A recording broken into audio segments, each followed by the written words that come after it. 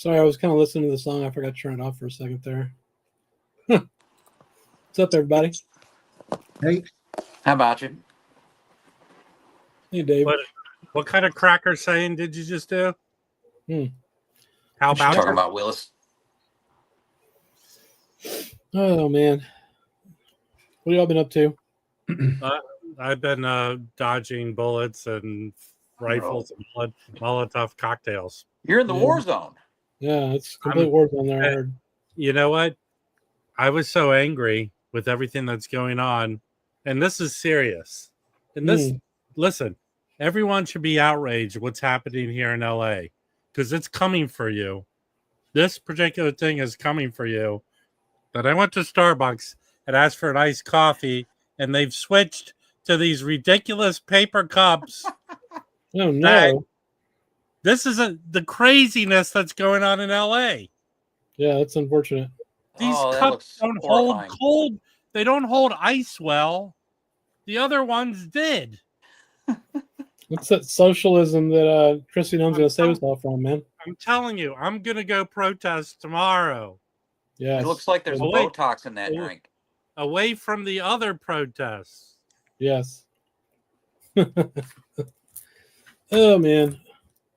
Did you get any records lately, Rob? Straw was a pile. Come on. Okay, so today, Jim and I, we went to Greg's Flowering Spikes opened his record store. He came on my stream yesterday. I think he might come up. He may come up tonight. So I'd love to get a tour. So I'm hoping he does. Well, I shot video that I'll post a video to support him. But he took a nice picture of me. I'm not the most photogenic guy. But we went there. We were the first people in. Also, Harry Lewis, who comes around in the chat, he came in. So it's a very good store. Yeah, it's like all cement, and it's cool when you go inside, and it's really nice. It's curated, but it's a good store. He's off to a good start. So I bought a few records from him. I got this right here. Yes. So this, I have a similar Savoy record that looks like it was probably came out in the late 60s. I think this is like one of them. Maybe. Yeah. And I have that twofer, which I think I sent to Chris, has the twofer now, which includes, I don't know how much of this on there. But that one's kind of hard to come by, right? I don't know if this version's hard to come by, but an original of this is probably some insane money. That's a serious record. Yeah, so I'm very happy to pick this up. Matt, close your messenger muted or something. It's killing me. Oh, sorry. The next record I got. Yeah, I'm looking for the 67 or whatever you said. The next one I got was a Point of Departure, a BlackB Van Gelder stereo. So I'm gonna set my classic version free and replace it with I'm betting that's from 85, not 60. I think I have that copy, Rob. I think that's the same copy I have. Well, no, this is not from 85. I think it because is. I have Maybe I have this John Coltrane record, No Way something. Yeah. And this has a tip-on jacket. Right. Let's see the label. So this lighter Savoy label is the same as that one. Yeah, I don't think this exists on Discogs. I was able to track it to late 60s. Yeah, that pressing ring is definitely... It's late 60s pressing. Okay. Huh. That's a great find. Is it remastered? I mean, you have to look it up. It's. Oh, wait, you know what? Oh, yeah. Hold on. He's right. He's right. Chris is right, and I'm wrong. No. Okay. Okay. All right. I'm wrong. I'm wrong, people. All right. But I went to Toronto today. This is a 2013 reissue, bro. No. What? 84. Okay, 85. Oh. So, yeah. SJ. Well, interesting because that copy does not exist on. Hang on. Actually, this is weird. This is the same as the other one I have that I got. Hang on. I want to show some evidence here. This might be from 2013. The one you have? No, the one I'm fixing to show from Discogs. Oh, okay. To share my screen. I'm not saying it's bad. I think that's what it is. Do. Did any of you get the Sahib Shahab RSD release? Yeah. Yeah, Damn it. that's really good. There we I go. love Okay, that check record. this out. So let me zoom in. So this one, it says it doesn't have a date, right? Yeah. Savoy Jazz Classics. If we look at the thing here, I know you can't see it, but it has the 84 date on it Okay, Yes. in here, right? In shrink, just like Rob's And then it's saying someone down here. It says pressed by Rainbow. Rainbow. Well, And- actually, if it's pressed by Rainbow, That pressing ring looked like Rainbow. hold on. This they're saying it'll run indicate it's likely a 2013 reissue. Well, I don't know about that. Here's the Does that reason. mean does Here's that what mean confused me. does there's that mean no- it's a Scorpio? There's no 2013 pressing that has a tip-on jacket. There's none. Well, I don't know. They would not. They would not put this out 2013 with a tip-on. Oh, jacket. what does it have up in the? It says SJC 409, right? yeah. Yes. So it could be 80s or it could be a later. Anyway, I whatever. think there's no way this jacket was made in the 2000s. But if it's Rainbow produced, I'm sorry, if it's does that mean it's Scorpio pressed? Or am I No, mixing that up? No, no, you're mixed. Rainbow's You're just a mixed. pressing Well, plant. there are Scorpios that are pressed by Rainbow, but there. Yeah. I'll tell you one thing. There's one great, easy way to tell if you have a Scorpio pressed record. There's It'll lots of sting ways. you with its The stinger. easiest way in the dead wax is like an SUQ, like a cursive. Mm. Yeah. If that is in the dead wax, you have a Scorpio pressed record. I don't know who that moron is, but that's how you have it. What does the dead wax say on this? We're gonna get to the bottom of this right now. What does it say on the dead wax of that record? But I didn't prepare for investigation. A grilling. I've got interest for some reason. I don't know why. Oh man, this has the curse of SQ. No, it doesn't. But it does have. It looks kind of similar What to does it Scorpio. say? But this is it's too tiny to read. Oh, But the dead wax, I'll tell you the number. okay. This is SJQ 409B parentheses. It's S- probably it's Yeah. yeah, I don't know. so it's either from the 80s or from then.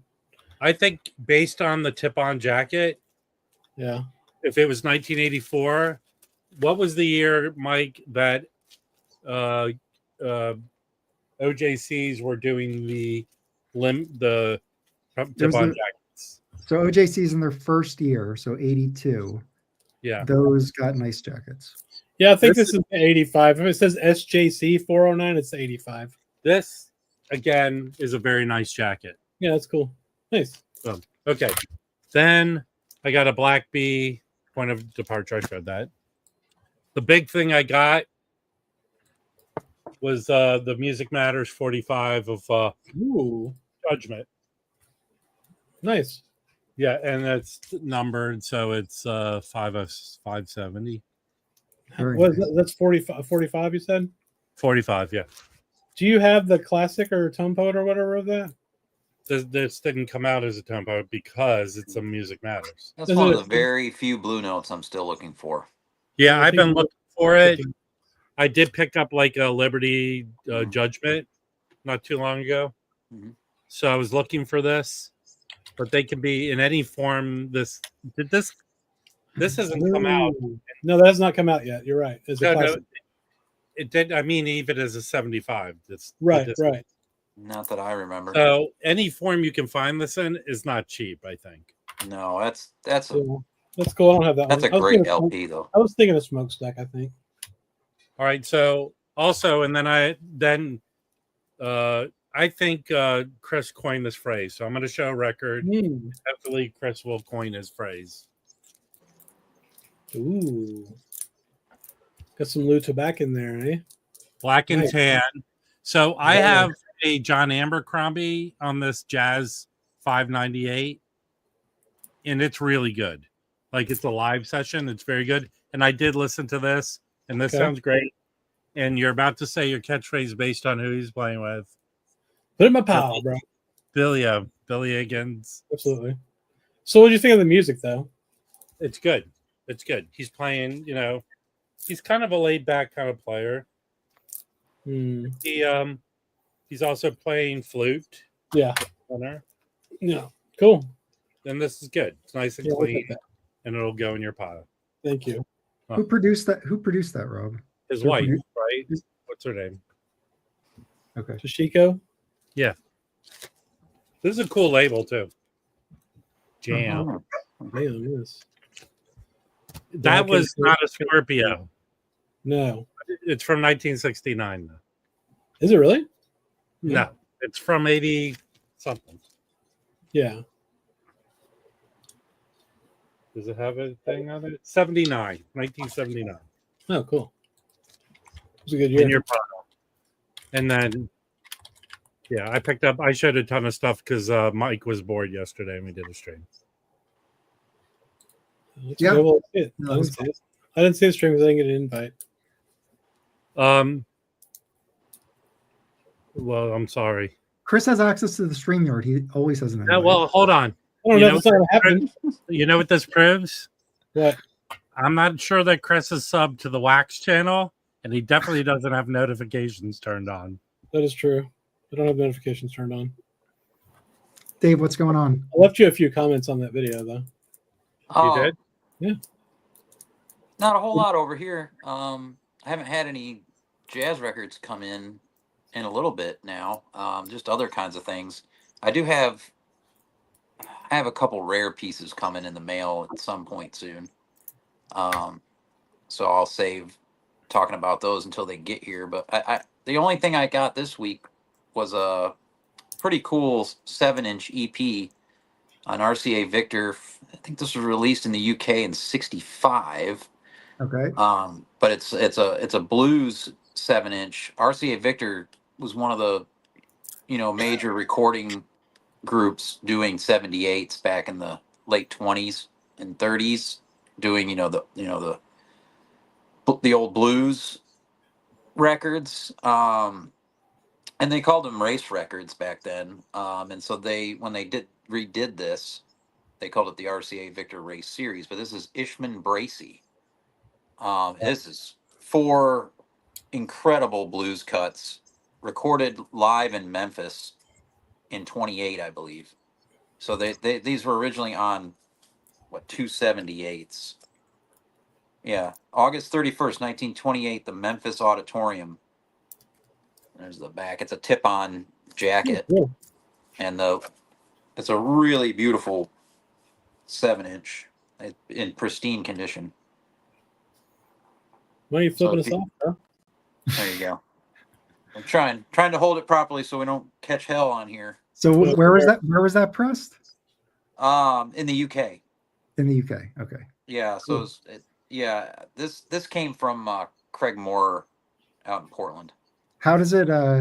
Is it like in terms of quality of the pressing? How is it? Fantastic. It sounds really good Yeah. for something recorded live in 1928. Right. For for purposes of, because RCA Victor, they were leading the way and recorded music then, Carter Family and all that kind of stuff too. Yeah. What's the instrumentation on it? Oh, it's just there's actually more than just vocal and guitar on some. Which track is it? There's mandolin. Charlie McCoy appears on mandolin on one of the tracks on Brown Mama Blues. And it's this is really, really good. It's as good as, I like this just as much as any of the other old blues artists. This is an artist that Jim at Channel Rufus turned me on to recently. I was like, okay, I recall I had the 78s in my want list, but I hadn't looked at that list in ages. Can you show the cover? Can you hold up the cover? Yeah, and I found this through Craig Moore. He carries a lot of rare records, that guy in Portland. So that out it came. I love stuff like this. But if you like jazz, you naturally like the blues. So yeah, I've been looking into the European reissues, like back in the 50s. Like, when was that pressed? 65. That's 65. Okay. Yeah, so almost, well, what, 30, almost 40 years later. But there's like Esquire, Vogue. I mean, there's a bunch of them, but they all Barclay. They all put out really good quality pressings in the 50s and 60s. Yeah, like I have something else from the UK here that kind of goes with what you're talking about, if I can find it. Like yeah, here we go. With tip on the back. Oh yeah. This was the Lester Young. This is a UK copy. Yep. I've got one or two of those I've just found randomly. Yeah. I can't remember when this was pressed. But this is I got a couple of shows. the Clef series. See what label is it on? Columbia or? Yeah, Columbia. It's originally the white label. Yeah. That's the first UK. It is cool that Norman Granz had them put the trumpeter on there as a branding thing. Yeah, he did. Yeah. On the records he pressed in France through their distributors, he did that as well. So that was a constant throughout the early era, and then that switched with Pablo. Oh yes, yeah. I've got a couple of Boy, this cover is shot. I don't know if these were originally released in America or not. I would assume they were in some form or fashion, but got this old Jimmy Lunsford. This is like from the 40s, probably. That's on Brunswick. Yeah. And then I've got this. I like those Brunswick labels. Charlie Ventura. Oh, I was just looking at that today. That's pretty good. I mean, it doesn't. The sound on it's whatever. It's recorded in the 40s, I guess. Oh, yeah. Let's see. Gene Norman, I guess, presented this one here, but that is. Anyway, so yeah, I think these came in that collection I bought years ago. This is cool. I just wrote an article, and this was part of it, and on my Substack.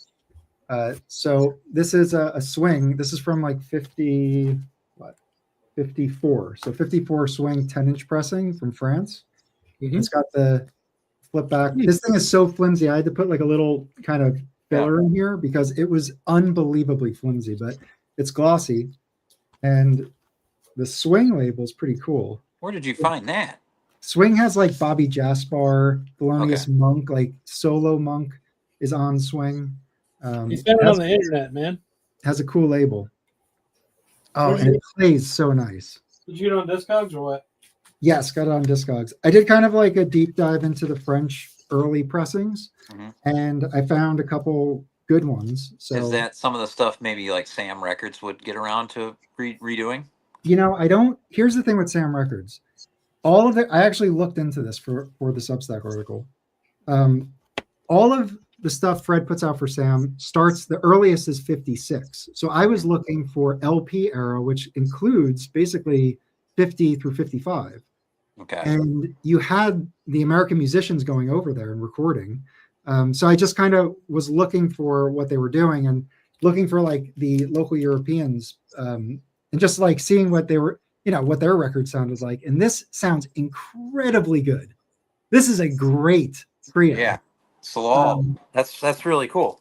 And it's early. Like he's only, what is he? He's 27. So he's like just starting out. So this is different because it's a little more raw. Like his later stuff is so precise and fast and clean. But this is him like basically in sort of like the, I don't know, like almost hard bop influence. You can kind of hear. So anyway, this is really cool. Funny, I got a related record to that. So speaking of Stallone, let's see it. I've heard this a couple times. This is really good. Oh wow! Hampton, Hawes, and him. This was recorded in '68. They recorded in Paris, so it's those two, and then Pierre Michelet on bass, and then Kenny Clark on drums, of course. This is on that Affinity label, which is kind of like a reissue label from England, later reissue label from England, right? Yeah.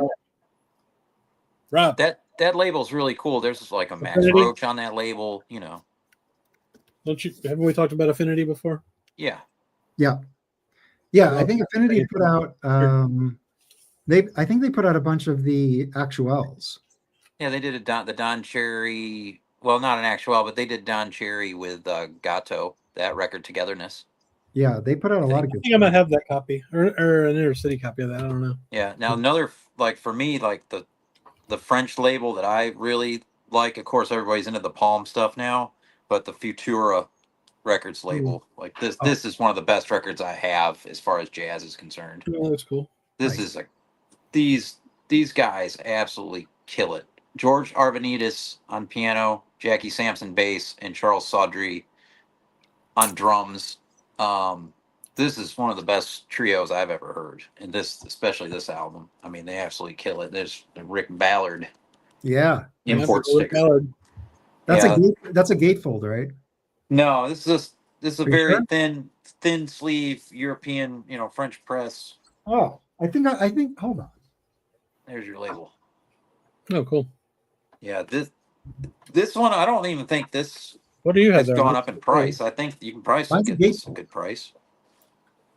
So, check this out. I thought this was like an early pressing, but it's got a gatefold on it. Oh wow! No, It's a mine thin maybe gatefold. maybe yours is an earlier pressing than mine. I don't know. Here's the label. That's what this one looks like. Yeah. Look at this. I Harry's didn't know saying you that had that. gatefold is Italian. Oh, so it's Italian press. Yeah. Dang, I want to is get that the right? Italian press. I'd like to have a gatefold. Oh yeah. Okay. Yeah.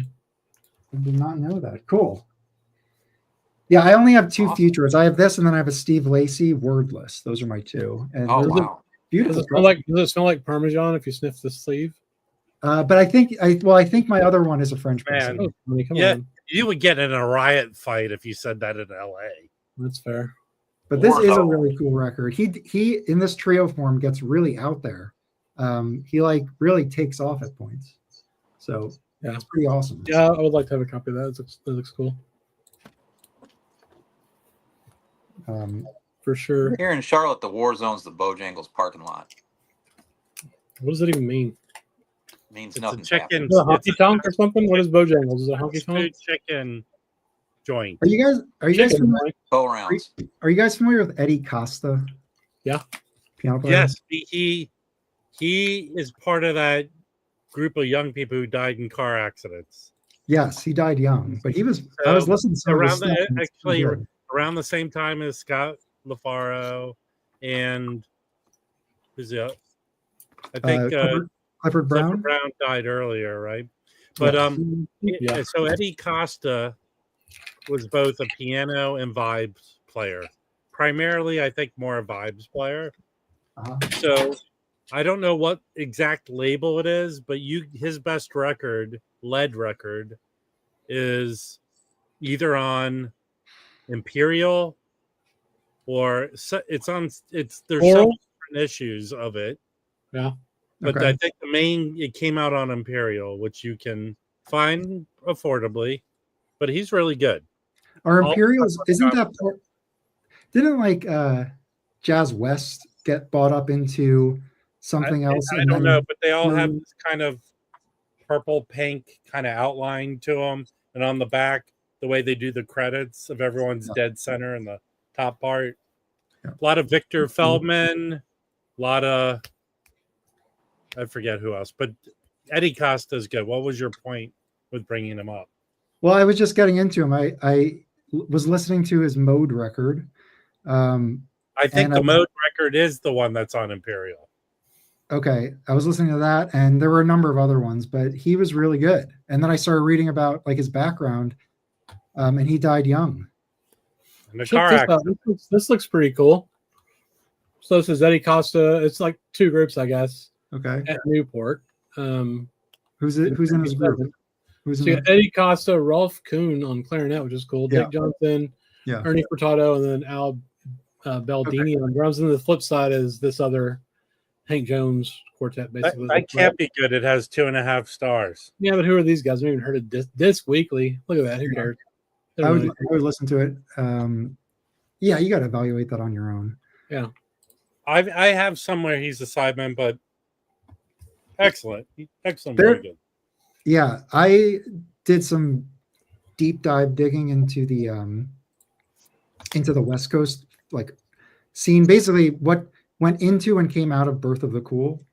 And it was just stuff that I wasn't really familiar. Like I knew of and I've seen, but it wasn't just like the late 50s contemporary and Pacific jazz stuff. There's like a whole, because Birth of the Cool came out in 49. So like there's a giant chunk of what those guys do and what they spin off from. That's where like I got interested in the Nocturne record label with and that got me into Mode, and Mode got me into Eddie Costa. And there's like there's like a million different little labels out there. And those players are totally different than the late 50s players. And they're closer to the Birth of the Cool sound, which I really like. So anyway, rabbit hole worth going into for sure. Didn't that just get some kind of reissue, Birth of the Cool? Don't think so. No, you're thinking of Chad's Birth of the Blue. Oh, Birth of the Blue. Yes, but that Serge Charloff just came out, right? Yeah. Yes. Anybody get it? Not yet. I'm going I'm to waiting I think for the Felipe's got it. sale. I'll probably I'm waiting get it. for the sale. Here's Mike when he's doing this research. He's got all the strings up and everything. That's cool. I've got a bunch of Capitol shit I'm going to go through. A bunch of old Capitol stuff. It's kind of interesting. Guys, I did see a crazy rare record go up for sale that I called and told Mike about. I still can't believe it was there. I don't know if it actually sold or not though, because someone listed it on Discogs for $1,000 and then took the listing down, and it doesn't show a sale history. Oh. So What is it? What I'll pull it up. What's the Very vague. The Harris record, the first ever record that Sun Ra actually played on. Did you send me the link to that? I did. It's a 78 on what label was Jesus, it? Bullet 78 for something? $1,000. Woo! Yeah, but it's only ever sold. It hasn't sold for much. Yeah. The sales history is 78 low because it's $1,000. and the last time it sold was 6 years ago. Yeah. There's only 13 people that have it. Can you imagine listed shipping in that collections. if you did buy it for $1,000? Holy shit, bro! You'd have to drive to go get it. I thought about it for a second, and I was like, nah. No, I mean, really. then the listing disappeared, and I was like, okay, good, it's gone. Yeah. I've sold I a don't have to record think about it for anymore. close to that, and I usually will go FedEx and insure it. Yeah. And We're talking about a 78 though, dude. Like the risk there is like much higher. I know. I've always insured my 78s. fuck that. Yeah. Check this out. So y'all heard about the horrible plane crash in India? There was a single guy that survived. He was in seat 11A. Huh. Wild. I don't know how he fucking survived that shit. I mean, it crashed into Was a it fucking a jumbo jet or something? Yeah, it was a Boeing, It of was a course. Boeing. When did But that happen today? I don't think it got that high, right? No, I don't think I got that. But I mean, it crashed into a fucking building. This dude just like comes out of it. It's crazy. Yeah, that's Wow. terrible. Absolutely terrible. Thanks for bringing down the stream. Yeah. Yeah, it's Thanks. Roberto's fault. He didn't even pay for that comment either. Yeah, Roberto, stop with the negativity. It's He was not in the like emergency you're in exit, LA. A comment like that in LA during the riots will get you murdered. There you go. 1188. Always with the proper information for us. His brother died in 11J. That's awful. Okay. Wait, 11J. That's worse than Roberto's comment. What plane was this? All right. So I got some cool old ones for cheap. All right. So anyway, these are I got two. These were $30 a piece. They're A Day with Jimmy Smith. Oh, Oh, cool. hell yeah. Their first pressings with the New York 23 address, which is like my favorite address. Wow. And I'll show it in a second, but like really nice cover, because the past sales on Discogs had this around like $30, $35, because there just aren't that many, and people devalue Jimmy Smith. But this session is from, what is it? They're from 1957. So I was able to get. Got both volumes? Yeah, I got volume 2 as well. Hey, Anyway, Jasper, they're what do you think a date with Jimmy Smith is like? Isn't Hank Oh, on pretty those? fucking awesome, dude. Yeah, Hank's on these. Yeah, Look at Hank. I was gonna say Hank's on those. Look at the lineup. This is definitely my favorite Jimmy Smith album. Have you listened to all of them? Like he, The sermon, it's basically a jam session. Have you listened to the sermon? This is like pre-sermon. So this is like this is like the same concept of sermon, but just earlier. So sermon's also awesome, but Yeah, this that's is totally cool. in your wheelhouse. So anyway, I'm really happy with this, and it was so cheap. I couldn't believe This it. is the best comment so far today. That is a good comment. And here, this is the New York 23. So you see how it's got the long address goes down the Is side. it year? And 23. No, Is it 23. just one tune on that side? Is it just one song on that whole side? Yes. Yeah. Oh, sick. That's So pretty awesome. Yeah, and like Jimmy gives them space. Like he just, Oh, it's a jam session. it's totally Yeah, awesome. cool. Is it live? I didn't pay that much attention. It's What's live, cool right? is so volume 1 is a Hackensack session, and Okay. volume 2 is a Manhattan Cool. Tower session. So Okay. that it's actually kind of cool because you can kind of compare the two studio sounds. I Yeah, think I have the 70s pressings of those. that'd be cool. I'd pick those up if I found them. They're super cheap. I think Also, Road Down's my favorite Jimmy Smith record, though. there is variety. Like there's one song on here. I think it's just Lou Donaldson and Jimmy Smith. So there is like some variety on here. Lou's from right around here. I think it's Yeah, he is, isn't Gastonia area. Yeah. Near Charlotte. You need to get Root Down, Mike. I have it. Oh, do you? Yep. Oh, A sweet. lot of Lou Donaldson records in the bins in this town. There's a lot of Lou Donaldson records in the bins in every town. Yeah, man. yeah. It's not hard to find a Lou Donaldson record. Yeah, it's a little extra here though, just because I he's bet. from around here, you know. And I think Rudy did the recording at Manhattan Towers. I think he was still the engineer. They just basically set up because they used Manhattan Towers when they didn't think they could fit in his Hackensack room. At So- his mom's house. Yeah, I think Rudy basically moved his equipment over to Manhattan Towers for the space. So like the larger early Blue Note sessions, like the pre-Inglewood Cliffs move, Mhm. that's where they recorded a lot of it. That's cool. Yeah. Very nice. Yeah, any of the early Blue Note Jimmy Smith records, I pick them up. They're great records. What now? I have a lot. What's his first one? Is it the green cover? No, there's stuff earlier. The one I think with the star on, that says Jimmy Smith's a star or something. Yeah, that's right. That's the green cover, isn't it? No, that one's a little bit later. I have that record. I think I have an original of it. Let's just see. I'll look it up. And then there's that double live album that like Yeah, it's a new sound, a new star. It's got like a stamped like an A on it or something. Yeah, see, I have this. This is the earliest one I have. Is That's this it, one? yeah. But this is maybe the third or fourth of his, something like that. Oh yeah, it's different cover. That's an original. What else do we got?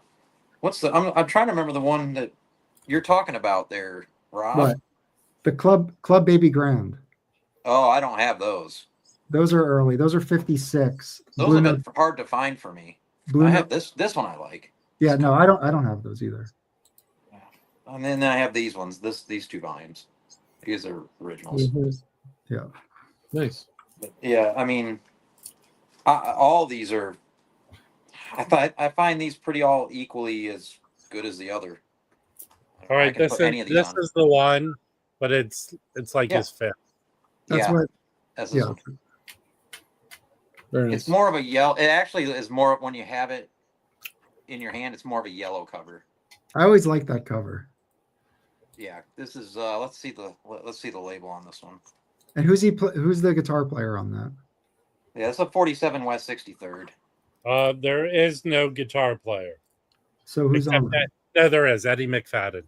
Yeah, Eddie McFadden McFadden. is. I love Eddie McFadden on these early records. Yeah, with that's him. who's on these as well. I don't know why I have another sleeve in here. That's interesting. Yeah, Donald Bailey and Art Blakey Hmm. are splitting duties on this on drums, but it's just trio stuff. This has the original price sticker on it. Let's see how much it was. If I can see it.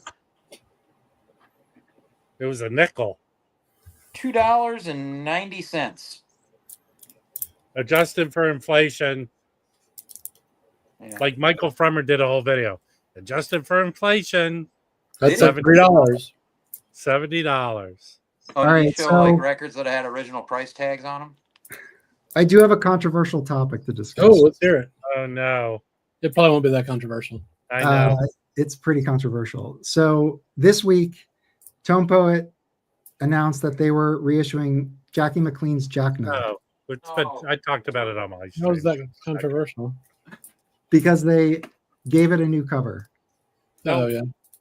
I'd be very interested to find out what goes into them deciding on a new cover. Obviously, those horrible 80s ones, it's an obvious we need to do a new cover. But the Mhm. Japanese did such a good job when they issued these records in the early 80s, right? Mhm. Yeah. And they made really good covers. So Like the they Tina usually Brooks. Yeah. they usually take those covers. I know if they ever do Tone Poets of that, like those Bobby, they redid the Bobby Hutchison oblique, right? They made a Mhm. better cover. They did make a better cover from that, right? Yeah. Am I wrong? No, they Mhm. did. Yeah, they changed it. But that was a total lead balloon. That Are you gonna show the cover, Max, so we Yeah. can see the controversy? Well, I'm trying to pull everything up. Hold on. It's prepared. In I know the there- chat, you guys were throwing like 17 different covers of this thing at me, I know Yeah. there's several different covers of it. and I think because you're doing that's when someone jackknifed my All right. my Facebook I have page. that. I have that, but here's the funny thing about that cover. There's two Jackie McLean twofers from there. There's the Hypnosis. Yeah. I have them right here, and I'll pull them out. You know And the that. Jackknife, same exact picture. Yeah, Pull 'em yeah. out. It always Pull 'em throws out. me for a loop. I've always left this behind, thinking I already have it, and I get home like, crap, I don't have it. Okay, that's the original cover. Yeah. Hold on. This controversy is not controversy. All right, it's too much of a pain in the ass to pull them out. All right. Well, it's the same. It's the same cover. Next. Yes, Jackknife and Now- Hypnosis, same Yeah. cover. Also, Chris, this is also extremely important. Okay. This is a twofer. Okay. Yeah, So there are two sessions on this. So it starts with On the Nile, and then I think side 2 starts with High Frequency. Okay. So 2 sessions. Next, this is the Japanese reissue. This is the Japanese cover. I like Okay. that cover. Yeah, it's I very like that. cool. This is a CD. Well, there's also an LP that uses it. Okay. Oh, this this- cover's okay. Yeah, I like it. Okay. So this was one, and you could see that it's only the first session. So you Right. lost the session from the two. Well, it's just a single LP, sure. Okay. So anyway, so you lose a session and you get the first session of the 2, which let's see what the years are. So the first one's 65 and has a similar group. Okay. The second session's a quartet only. Okay. And then finally, this is the new design. Okay. That's horrifyingly And you know something? design. It looks very similar. I do like. It looks that picture looks very similar to Swing Swang Swung. Am I wrong?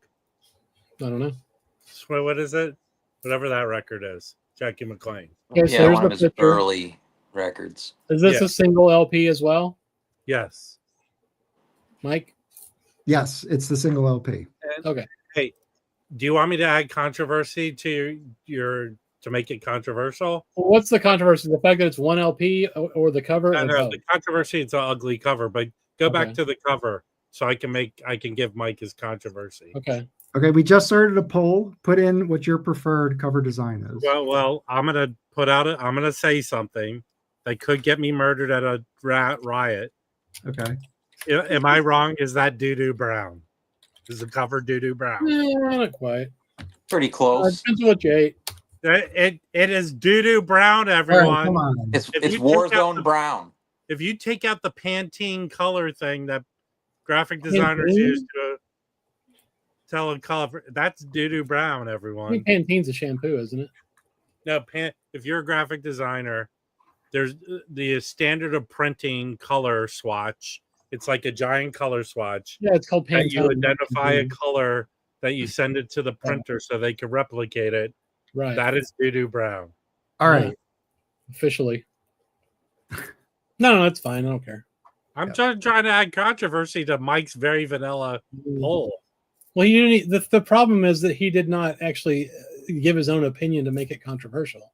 That's the whole thing. You have to actually have a take to be part of the controversy, Mike. Well, So what's your opinion? What do you hate about it? I'm not. I mean, I think that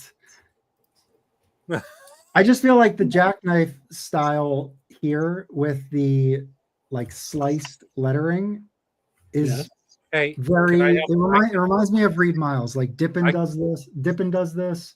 I do like the little kind of portrait that they snap here. I feel like that's similar to It's Time. I think does that as well.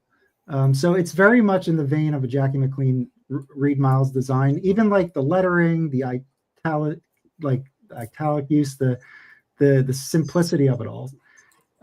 So it really recreates it. I'm not sure what like this font. I don't think is really been used. It's similar to others, but that looks a little different. Oh, good. Yeah, I can Pop- help Maybe you they out. weren't just trying to rip off Reed Miles and they came up with an original design. Now they use the same photo, it looks like, and they gave it kind of the. I mean, it's a Francis Wolff photo, right? It's the same. Well, one. no. I can. No, I it's a can help different. you. So this is different. So Yeah, I can perhaps help you, this photo may have not been from the session. That's very possible. That's And true. they wanted, if like Joe wants to keep things true, so they may have decided to swap the photo, and that could have changed, given them an opportunity Let's to examine what was he wearing in the other photos. You have the shirt with suspenders on. Please Well, No. yeah, No, it's different much shirt. much more cash. put Yeah. that bottom photo. Go back. Which one? The insert. Oh yeah, so this you Well, see, great point. So So this that is definitely a later, Thank you. I'm a later- suspenders expert. later photo. This is wearing the suspenders, so that's why I think he wanted to yes. redesign it. He probably felt because of that the Japanese one could be improved. Well, that's Yes, cool. I agree with that then. I think the Japanese one's cool, but it ain't that great anyway. Like all But three of them do- are kind of okay. And Mike, as someone who was a first year art student, typically you're in long classes are like 4 or 6 hour studios, and you're asked to critique people's work.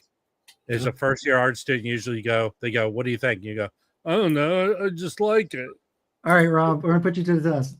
Tell us what you think about this cover design. Well, it was part of Jackie's phrase when he went to Istanbul and rode a pachyderm into the temple and played the Exactly. saxophone. Yeah. Is he wearing a fez? He may be. I think he got those glasses in prison. Is that a fez? It may Go be. to the other picture. Go to the inside All right, picture. well that Yeah.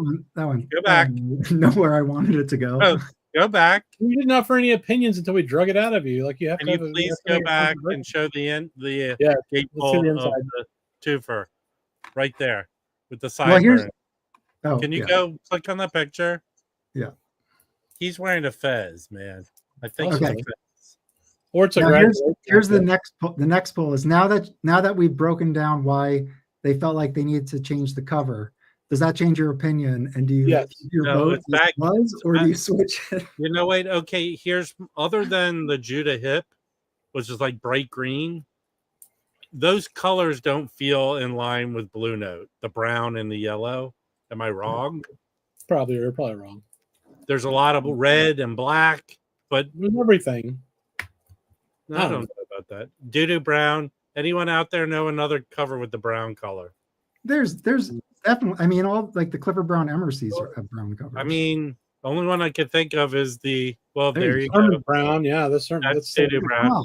But The there's Sermon also the one with Jack with Stanley Tarantine and his wife looking at Bigfoot. Which record is that? looking at Bigfoot. I don't know.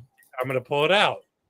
They're in the forest, and I think they're staring at Bigfoot. Look at this, guys. We had an update from Carl Fletcher. He won Top Salesman of the Month. Oh, excellent. Great Well job, done. bud. Someone's resurrecting that nonsense. Yeah. How could you not with that outfit? He's still wearing that though, and it's 2025. So power to the people is brown. There you go. You guys want to see an awesome Cheap Heat record? Which you Yes. should definitely get. Bring it on. You might stir up controversy with this. Mike's and Cable was stirring up controversy. right. Except for one time in the past, which was very controversial. By the way, here's the picture of them staring at Bigfoot.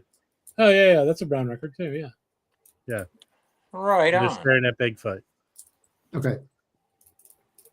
All right, I got this for $10. This is Al Haig, A Portrait of Bud Powell on Interplay Records. So Oh, Al, cool. Al Haig played with Parker and Dizzy. Wasn't Al Haig part of the Iran selling missiles for the No, Iran? So Al Haig was Alexander Haig. piano player during bebop era in the 40s. He did put out some lead 10 inches. One is on Esoteric. There's a 10-inch, and then it got reissued on Counterpoint as a 12-inch. And then there's also a period record, Leonard Feather's label, put a quartet of his out. And then there's kind of a big gap until the 70s. In the 70s, he finds like a second kind of wind over in Japan, and he starts, recording again and putting out a number of records. And one of them is this, and it's him playing piano, and the rhythm section. Here's a pop quiz. You ready? Okay. Rhythm section is bass is Jamil Nesser, and drums is Frank Gant. Yes. So Ahmad Gant's Jamal awesome. guys. Ahmad Jamal is like Impulse years, right? Now, what do I get for the pop quiz? Okay. So anyway, so it's him, and they're doing they're doing Bouncing with Bud. What year? What year is that album? This was 1977, and I looked into Interplay, and they have like some Horace Tapscott. Oh, okay. So Interplay was a LA-based label. Yes, I don't think they put out too much, but they had maybe like 15 or they 20 put out records. Freddie Red, a couple Freddie Red albums that are good. I have one right here. The compositions are outstanding, and his playing is incredible. It's recorded really nicely. The drums are really well recorded. No, those albums do sound. The Interplay albums sound very good. So, and it cost me $10. Heck yeah. And I definitely recommend. I mean, even the comment, even the comment on Discogs was like, I cannot believe this is a $10 record. It's from '79. How did you find that record? Awesome. I've been looking for his early stuff on Period and Esoteric. I've been considering getting it, but it's a little too swingy for me. It's too expensive. I mean, What is that? Modal or post bop, or what's the sound of the music? This is like his take on it's bebop. Like they're playing. I mean, I guess it's a little bit more modern sounding in a way, but I mean they're fairly true to the compositions, and he plays them incredibly nice. Like, and like I mentioned, it's just like listening to that well recorded. It's awesome, and I like the cover too. Anyway, there are a few of these on Discogs for cheap. I fucking love this record. So And the cover's in nice shape. Yeah, watch Sure. your language, man. Yeah, that's controversial. Yeah, I have this. Now- This now is what the he's saying, Tapscott he Rob, was is talking that- about right here. on What he's Interplay. saying, Rob, is it doesn't sound like. there you go. This is That's cool. I think this is just solo piano, but it's really good. Yeah. Same label, Interplay, Songs of the Yeah, Unsung. I have the CD. I have a couple sealed copies, if anyone's interested, of Horace Tapscott in New York. Oh yeah, I need that. I No, you already thought sent me sold you one. I sold you one. I already sent bought it one to you. from you. Yes. So I got you the already have CD. it. Yeah, that record's it's $100 now. Yeah. If anyone wants the CD, I do have 2 sealed copies. Where do you keep finding the CDs at? I'm Amoeba? listen, if you don't know how much of a master I am at finding things. All right. Speaking of Hey, CDs, CDs. to keep this theme going, which I didn't really intend to do, but it's not surprising it happened. Is so that was Al Haig interpreting Bud Powell. This is Roy Hargrove, Christian McBride, and Stephen Scott. So that's a drumless trio. So Roy Hargrove, obviously trumpet, Chris McBride bass, Stephen Scott piano, and they do all Parker songs on this. And what's cool about this is it was recorded directed 2-track, 95. So it's like analog recording, if I'm understanding this correctly. And they sound incredible. Like the recording sounds incredible, and their playing of the Parker tunes are awesome. So this I've been listening to a lot as well. So Very Anyway, cool. You Nice. should send that to me. definitely one to check out. Yeah, this is awesome. Let's look at like 500 CDs. You want to? Okay, and then one more in this vein. This next one is a CD. It's Joe Henderson interpreting Miles songs. Mhm, So that's excellent. I think you have this, right? Absolutely, that is great. Yeah, I have that. So the rhythm section is Schofield, Dave Holland, and Al Foster, and those are all former Miles guys. Mhm. So Joe Henderson is basically playing what Miles would play on trumpet on his tenor and giving it his own interpretation. It was recorded at Power Station, produced by Don Sickler and Who Richard. recorded it? Does it say? What? Who And recorded Maureen's it? husband, right?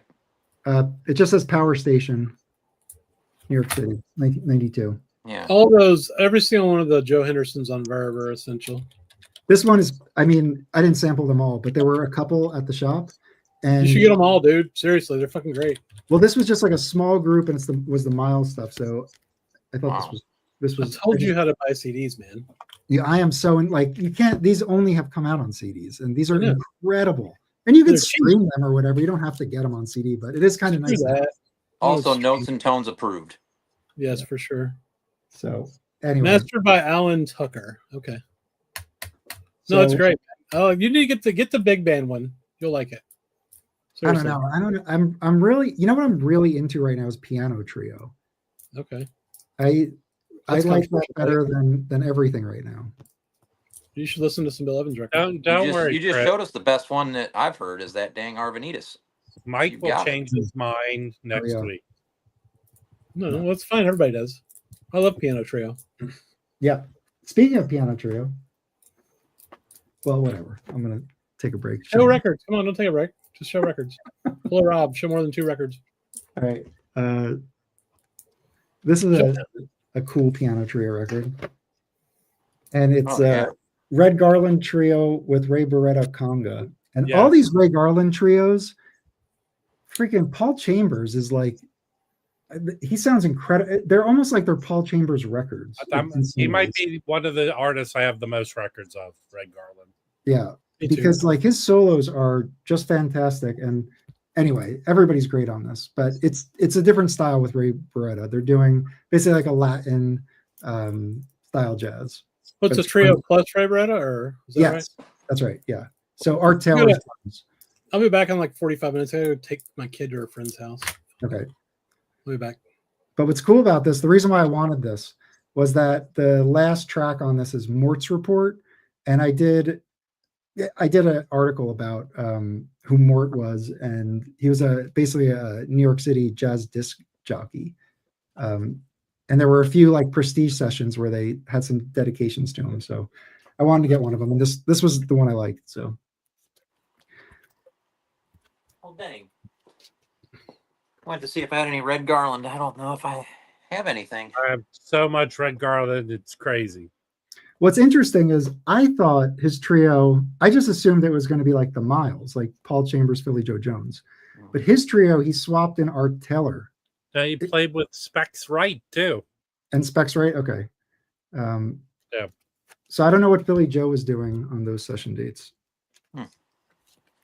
But I'm sure he was busy. You know, the thing about Red Garland is he kind of quit kind of late 60s to take care of his mother. And then he came back kind of in the late 70s, early 80s and did a bunch of records before he passed.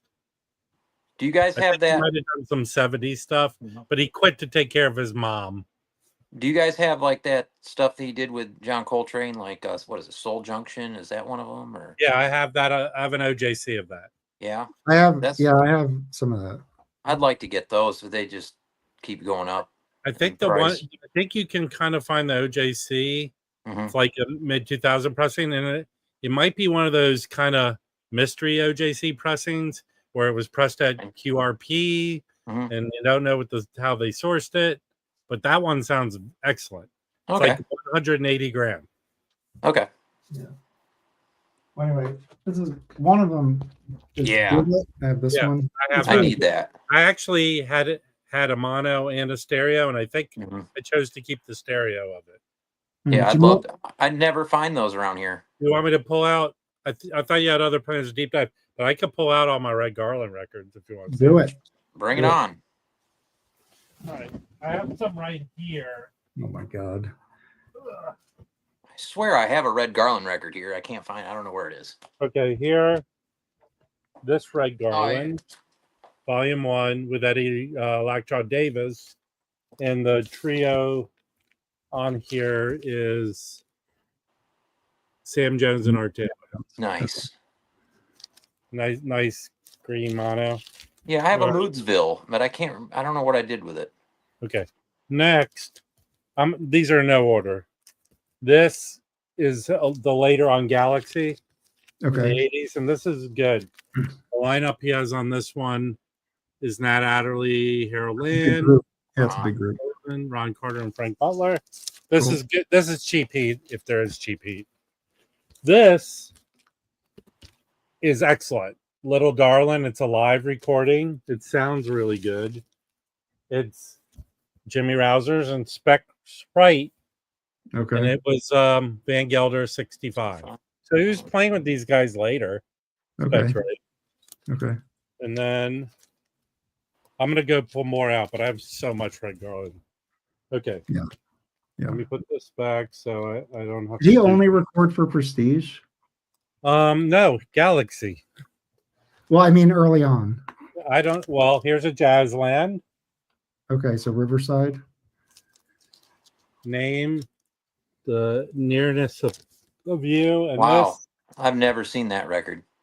And this is Larry Ridley and Frank Gant. Wow. Hmm. That's cool. This is one of his later records. So Long Blues. Mm-hmm. And a couple different lineups on this. Yeah, Kenny Burrell, Ron Carter, and Ben Riley. Then a trio with Ron Carter and Ben Riley. Mm-hmm. And then another trio with no drums. And Red Garland singing. There's a few where Red Garland does some singing. All right, I'm going to go grab more. But they're buried over here, so give me a second. Yeah. You know what's interesting is I thought he'd be like, check this out. So, wrong window. Give me 1 second. Yeah, that's fine.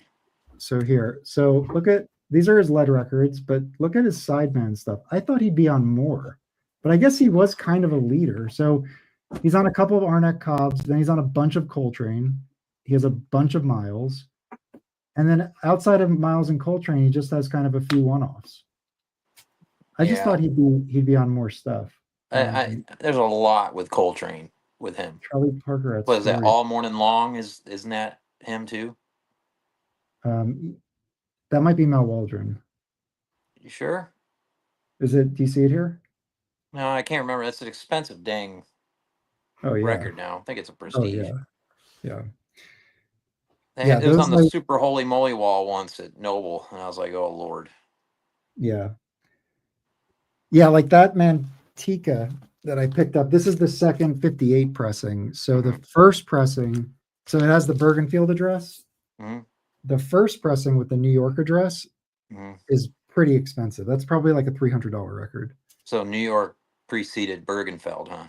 Yeah. So so New York addresses. Well, I mean, just first pressings, and if they happen to were they pressed in New York very long? Because it seems like a lot of them are all New Jersey. Yeah. I mean, they started in New York. So like in 1951, I think they started putting records out. Those are all New York. And then they moved to Bergenfield, which I guess makes sense because if you're recording... How many years later did they move to... Well, so I think they probably moved late 50s, probably 50s. Okay. That was a while. Get ready. There's a shitload more. Okay. So that's a reissue of what? This is a comp. So it's stuff I think that wasn't released. This came out in 70. It's like your green label. Okay. So this is Kenny Burrell, Paul Chambers, and Art Taylor. Nice. Okay, next. We got to see what tracks they're doing as we go forward. Okay. They're doing...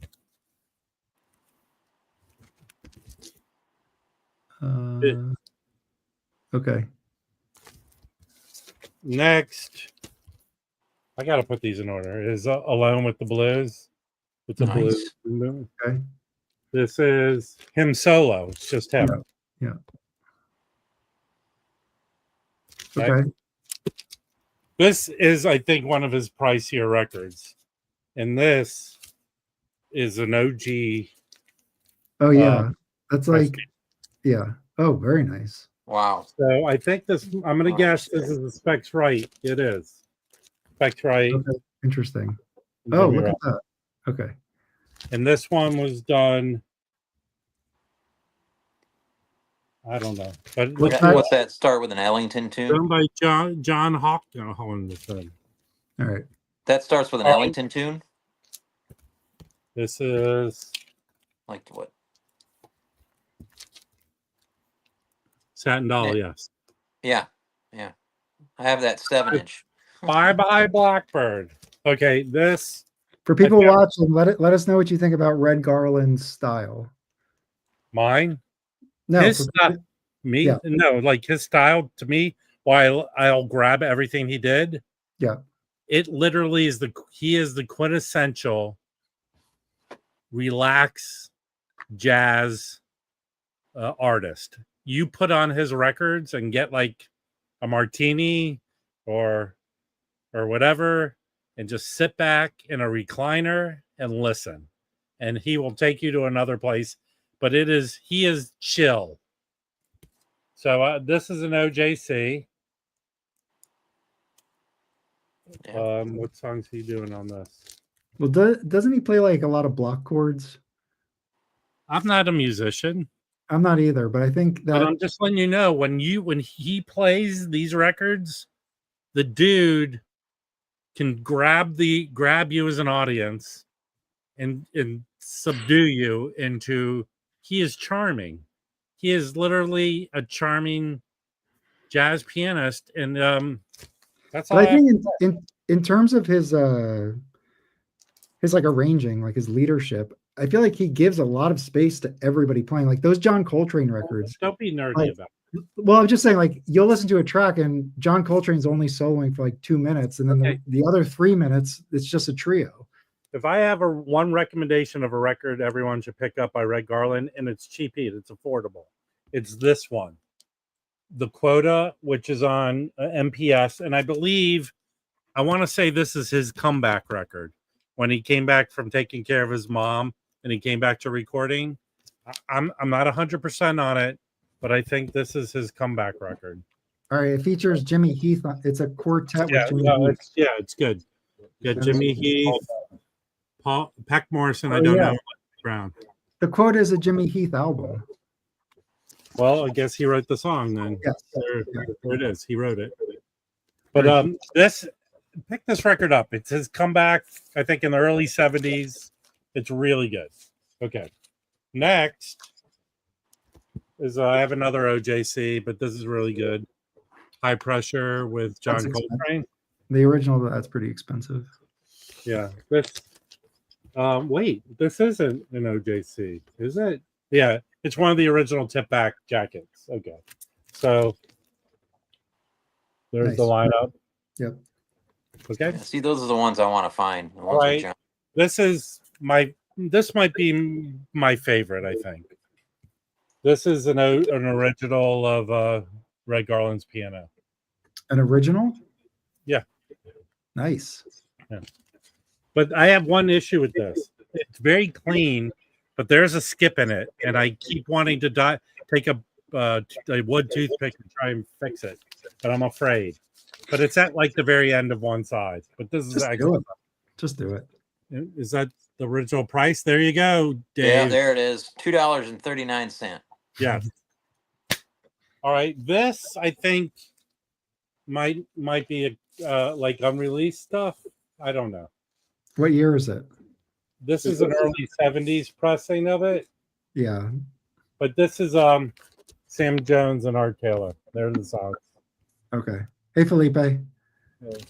Hey, Felipe needs a haircut. I'm sorry. I can't afford it. This is a twofer, and I want to say the reason I've kept this is this might be. I don't think it might be unreleased songs, but it's a comp and like here's everyone who's on it. Mm-hmm. But this is a good twofer to pick up. Okay. I like Persip on that record. But I think I kept it because there's other. All right, here's a good one. Okay. And this is I think an original stereo. Nice. And this Who's is the the big thing. Check this out. But I think they're playing different. You got Oliver Nelson, Richard Williams, Peck Morrison, Sam Jones, Charlie Persip, and Art Taylor. And here are What the is the catalog? What is the catalog number in this one? What is the Felipe, I think we're getting feedback on your mic. Okay, I got a mic here now. Okay, perfect. It's 7307. Okay, yeah, definitely. Okay. This is very good. In fact, I got to replace the inner sleeve on this one, so I'll do that. Okay, next is this might be like unreleased songs. PC Okay. Blues came out as a Blue Trident, and there's the lineup and the. Billy Joe. Oh, I love Ahmed's Blues. That's a great track. I think this came out later than it was recorded. Okay, another one of his Galaxies, Cheap Heat, Equinox. This is him with Richard Davis and Roy Haynes. And here, I'll take this out. The songs are playing on this one. Cool. Richard Davis. and Roy Haynes.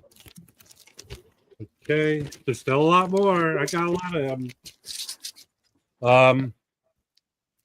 Actually, in my auction next weekend, I have a OJC copy of this, so that'll be in there with the blue cover. But I'm keeping this one because it's the early '70s pressing where they stupidly made the black covers. So this is Sam Jones and Art Taylor, and this I had a copy of that, but I ended up selling it because you shouldn't have. This is an excellent record. yeah, but it was a status reissue and it sounded really bad. Sounded bad. Yeah. Okay, this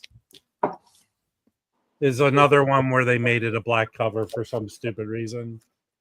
When there are gray skies, and this is Wendell Marshall and Charlie Persip. All right, cool. Okay. All right, let's end this segment. This is too Well, much. no, there's a few more. Come on, Yeah, this just is a few more. This is just Quite, like quite this a, is you not- weren't lying. not This is illegal. quite a block of Garland. Mhm. This is a good one. I'll just go quick, okay? This is good too. Solar. We just lost 30 viewers. No, you didn't. We did. We have 3 people watching. You have 103 people watching. You brought this up. This is what you know. What you're getting a taste of your medicine. This is what it's like when you do this shit. This is a Muse live record. That's good. It is not what it's like. Yes, it is. And then this is good. It's exactly what it's like. You're getting your own medicine. All right, I'm done. I've So how never many- been so insulted in my life. So how many Red Garland records do you think you have altogether? This has got 1, 2, a lot. Like 30 or 40. I don't know what I showed. I probably got like 25 to 30 of these. And I don't have everything, I think. Okay. I mean, this goes with the ones that were like John Coltrane led, where he was the backing band, right? Yeah. And then the Miles Davis ones. Well, that is impressive, Rob. Congratulations. Blame Mike for this. I was just reacting. I'm just saying, let's mix it up. Okay. All right. So what else is up? What else is up, Felipe? Okay. We should be dropping. I hope we are dropping a video soon. I thought about this record last week. It's Keepers of the Eastern Door. Mike knows this. Did any of you get this record? No, Okay. that's the newest one, right? Yeah, this came on Analog Tone Factory. João Sabas, the saxophone player, on label. This will make it to the short. This is one of the best records of the year. This is like a star lineup with Bill Frisell, Tony Sharon, Wood Royston, and of course Chris Cheek leading on saxophone. And he put out two versions of this record. So there's a regular 3-step, and they put out a 1-step as well. And so they decided to do a 1-step after they heard the test pressings. They said, we got to do this because the difference is really, really interesting to listen to. And this is a record where he's playing some original compositions and some really interesting readings of some standards, some classic songs, some old songs. And I just think it's so innovative, so creative. They're not just like playing standards or doing standard things. It's a record that really sticks with you, sets up a really nice mood, and the pressing is perfect. All the pressings are perfect. They're really amazing. So I highly recommend you guys checking out the Keepers of the Eastern Door. It's been a heavy rotation on my turntable recently. Is that on Bandcamp? No, it just go directly to Jerome's website and buy it. Okay. Mike, can you drop a link there? Yeah, there is a Bandcamp too. Yeah. Oh, there's a Bandcamp. Yeah. Well, you can go if you can go direct through the artist, that's even better. Yeah. Yeah. So, main difference. I mean, if you guys listen to Jerome Saba's previous releases, his 33s are already like really, really good and full and perfect sounding. He's been teaming up with Bernie Grumman for some time already. Everything pressed got a Groove Records. I mean, all tube chain. Yes, it's all amazing. But when he did this 1-step, it just brings it to a whole new level.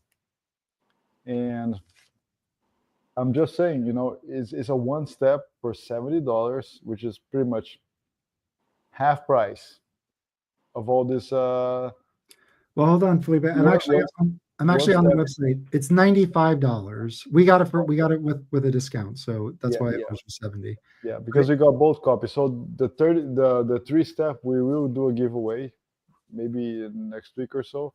We're organizing that because we actually bought the 1-steps. But still, it's a great deal compared to buying a 1-step of a record that you heard like 100 times and you have like 5 or 6 different versions just to hear it again. This is brand new music. It's really not challenging to follow through, but they take extra steps. They do really an innovative approach. Yeah, definitely worth giving it a stream and checking out. I will say though, the first track is different than the rest of the album. So if just make sure when you sample a few tracks, just so you get a sense of kind of the core piece of it. Yeah, it's really spacious. More on the how can I say it? Ambient kind of sound, but very meditative. Very it's really laid back kind of sound. And I think Bill Frisell does such a great job here in setting up the mood, playing against the saxophone. It's a record that everybody should check out. You can listen to it in any streaming platform, right? Mm-hmm. I mean, if I found it on Cobos, everybody can find it on Spotify, pretty much. Yeah, and it's on their Bandcamp too. Yeah, it sounds just so perfect and warm. It's just beautiful, beautiful, beautiful stuff. Yeah, he has it seems like, how would you characterize the Analog Tone Factory? I mean, they've only put a couple records out, but it is an extension of Jerome's earlier produced stuff too. Mm-hmm. So how do you kind of describe like their, that project? I think Jerome's idea is to put out audiophile, really good sounding, really high quality records, not necessarily old school or too modern, but there's some exploration there in sounds. I think his whole proposal is just to put good music out there. Yeah. And I think that's the main idea there. And well, one thing that's like characteristic, I think, is they're generally smaller groups. So like, I don't think it's ever more than a quartet, right? It's usually a trio though, right? Yeah, trio, quartets, yes. I think Jerome's records are trios, yes. So it's acoustic, quartet, usually a sax on it, or, you know, so, and they record at Power Station, is that right? Yes. Mhm. So they record at Power Station. The sound of the room that they record in sounds fantastic. Yes, It's a exactly. beautiful recording. And then it's basically acoustic trio. And they're, like Felipe said, it's not just traditional stuff. Like it's rooted in that style, but like it's very, you know, explorational. I don't know. Yeah, Right? yeah, yeah. I mean, there's even like a Beatles song here, and Chris Cheek is really good in like sort of appropriating old styles and putting a twist on it, making it his own. Yeah, it's really, really interesting. I highly recommend you guys check this record out. And I think like, so we have a review coming out of the record. And we mentioned that, like, also look at Heart. That's a really great one. And it has Al Foster on drums, who just passed away.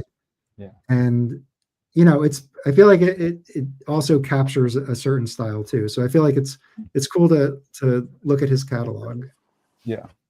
Oh, for Do sure. we know what the next album is? Has he said it? Not yet. Let me check his Instagram.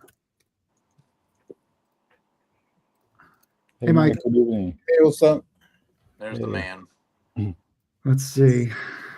Okay, so what is this? Oh, why isn't it showing?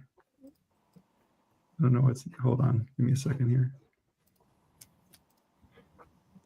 Oh, sorry. I have too many windows open. Yeah. Okay, so first single of my new quartet. So that's Jerome, and he's playing with Ben Monder, Joe Martin, and Nishit Waits. High Falls is out today. Yeah, they're actually, I think this weekend they're playing at the Bahia Club. Okay. Right?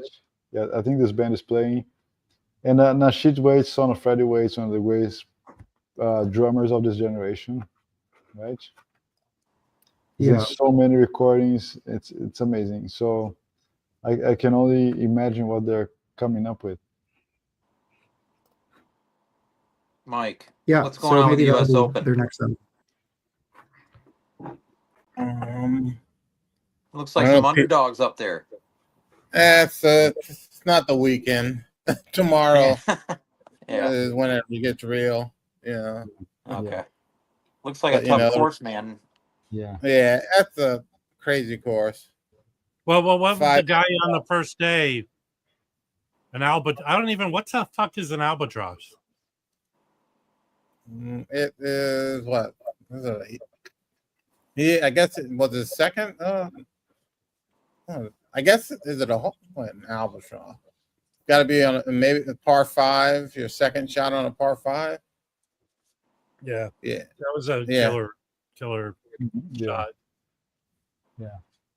All right. So another thing that came out this week for me that I just received is a reissue.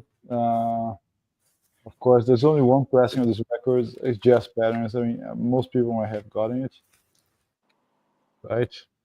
Oh crap! Yeah. So Jazz Patterns is a repress, a reissue of a record that came on a label. What's the name of the label, Rob? Do you remember it? Oh, it's Everest. Everest. Yeah. So it's really hard to find originals. Even this one kind of sounds. I mean, it's not a great sounding record, as if you're not part of the solution, you're part of the problem, which is that's where it came from, the Joe Henderson live record. But what they did here, I couldn't find. Rob, do you know who mastered this record? It should be on the back of it, but no. But I think it sounds good. Everyone I talked to, it's amazing. There are defects. There are defects here, tape drops, and a lot of crap going on. But the musicianship here, I think this record is a must-have. You can get the in-groove color version, or you can get the regular black. That's easy to find. But you say in-groove Arizona has it? But I think last I talked to him, which was last week, he only had 20 something of them. So I don't know. I think it's still available. There's still available. A couple copies there. Okay. So yeah. How It's did he really get an amazing. exclusive? He's doing stuff like Noble is. It's No, like but his second no. or third exclusive through Real Gone.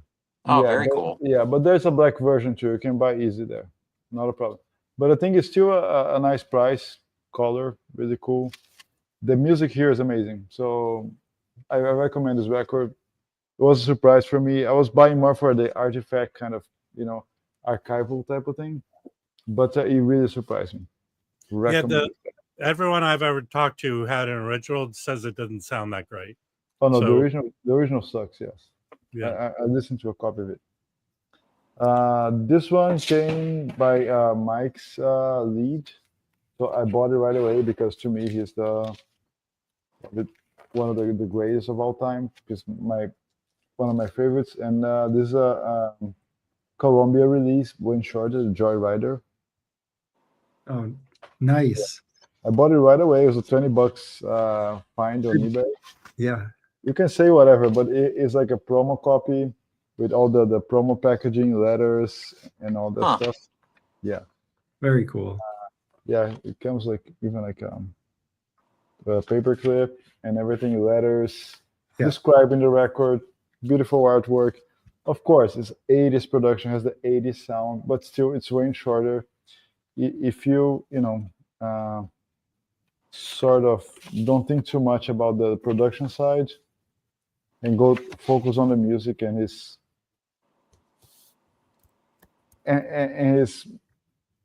genius, you won't be disappointed with this thing. It's great. I mean, I'm a huge fan of Wayne Shorter. To me, he's probably one of the greatest of all time, if not the greatest. I just love everything that he does, and I think current music comes from Wayne Shorter for sure.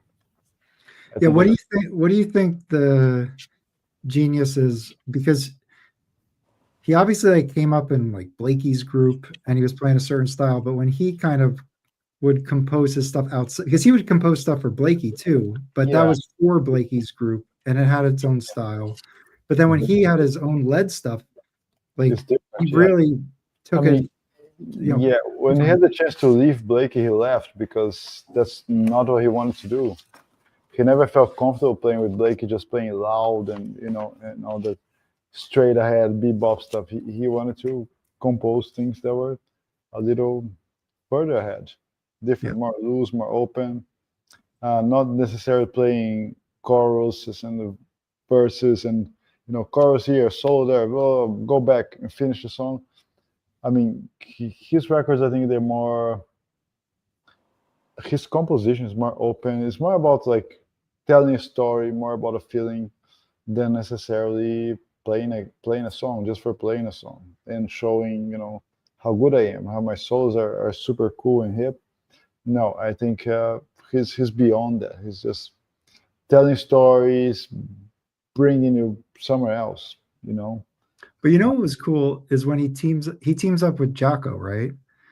Yeah. And Jocko's like I would get getting into him a little bit, and he plays a Billy's Bounce solo. I think it's Billy's Bounce. He solos that a lot, and I just think it's cool that he's bringing those chops in, and that because it is I don't know, it's like it as an ensemble. I feel like it adds something to it. You talking about the Weather Report stuff?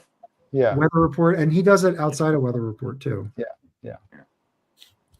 Yeah, Felipe, what do you think is your favorite Wayne led record from the Blue? Probably for those Blue Note run. I like that run. Adam's Apple, Mato Grosso Feio, and the one that came out as a Tom Poe last year, which I just forgot the title. Okay. Yeah. It's probably his best. Let me see here. Let me pull the titles. I'm trying to remember mine. There's a couple that were. Yeah. Where's his discography? Hang on just a second. So, Mato Grosso Feio, Odyssey of Whisker, Supernova. I think this triad there is just unbelievable. I think mine's Speak No Evil. There's something magical about that one. Yeah, Speak No Evil, I think it's better than Juju. although Juju is Yeah. like the one, right? Yeah. But I think that trio in the late 60s, early 70s, Supernova, Moto Grosso Feio, and Odisseo Visca, they just play a blueprint for what even like is played these days. But how, Yeah, so yeah. how big are the groups? Like, is it proper? Like, it's not orchestra, is it? No. How So, big is for it? example, Odisseo Visca has Ginny Bertoncini on guitar, Ron Carter and Cecil McBee on bass, Billy Hart and Alphonse Mouzon on drums, Frank Como also on drums, and Dave Freeman on the vibes. Okay. So Monte Grosso Feio has Sonny Sherrock. Has Wayne Shorter, John McLaughlin, Chick Corea, Ron Carter, Dave Holland. It's pretty much like the Miles band. Yeah. Right? And records like Silent Way, all that stuff is pretty much Nefertiti, Pisa Kilimanjaro. Everything is Wayne Shorter. I mean, I think he just laid a foundation for so much stuff that came afterwards and still playing to this day. I think. What's the whole thing about Night Dreamer with y'all? What was that all about? That Mike Jazzbum Mike hates the album.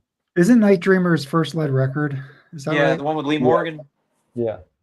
Mm-hmm. What's up? You just don't. Dig this. No, he had stuff on VJ earlier, but when his first Blue Note lead session. Yeah, but the VJ stuff is very thin, very traditional. Yeah, that's really early. The VJ stuff, it's fine, but like I feel like the teams that built and produced those sessions, like they're so much stronger at Blue Note. I feel like, because I feel like they're playing around the same time period, but it's really like when Blakey comes in as leader, and he. Well, you didn't say that stuff last year where you ripped that record to shreds. Yeah. Well, I'm not even mentioning that. So anyway. Well, we know. VJ was a label for.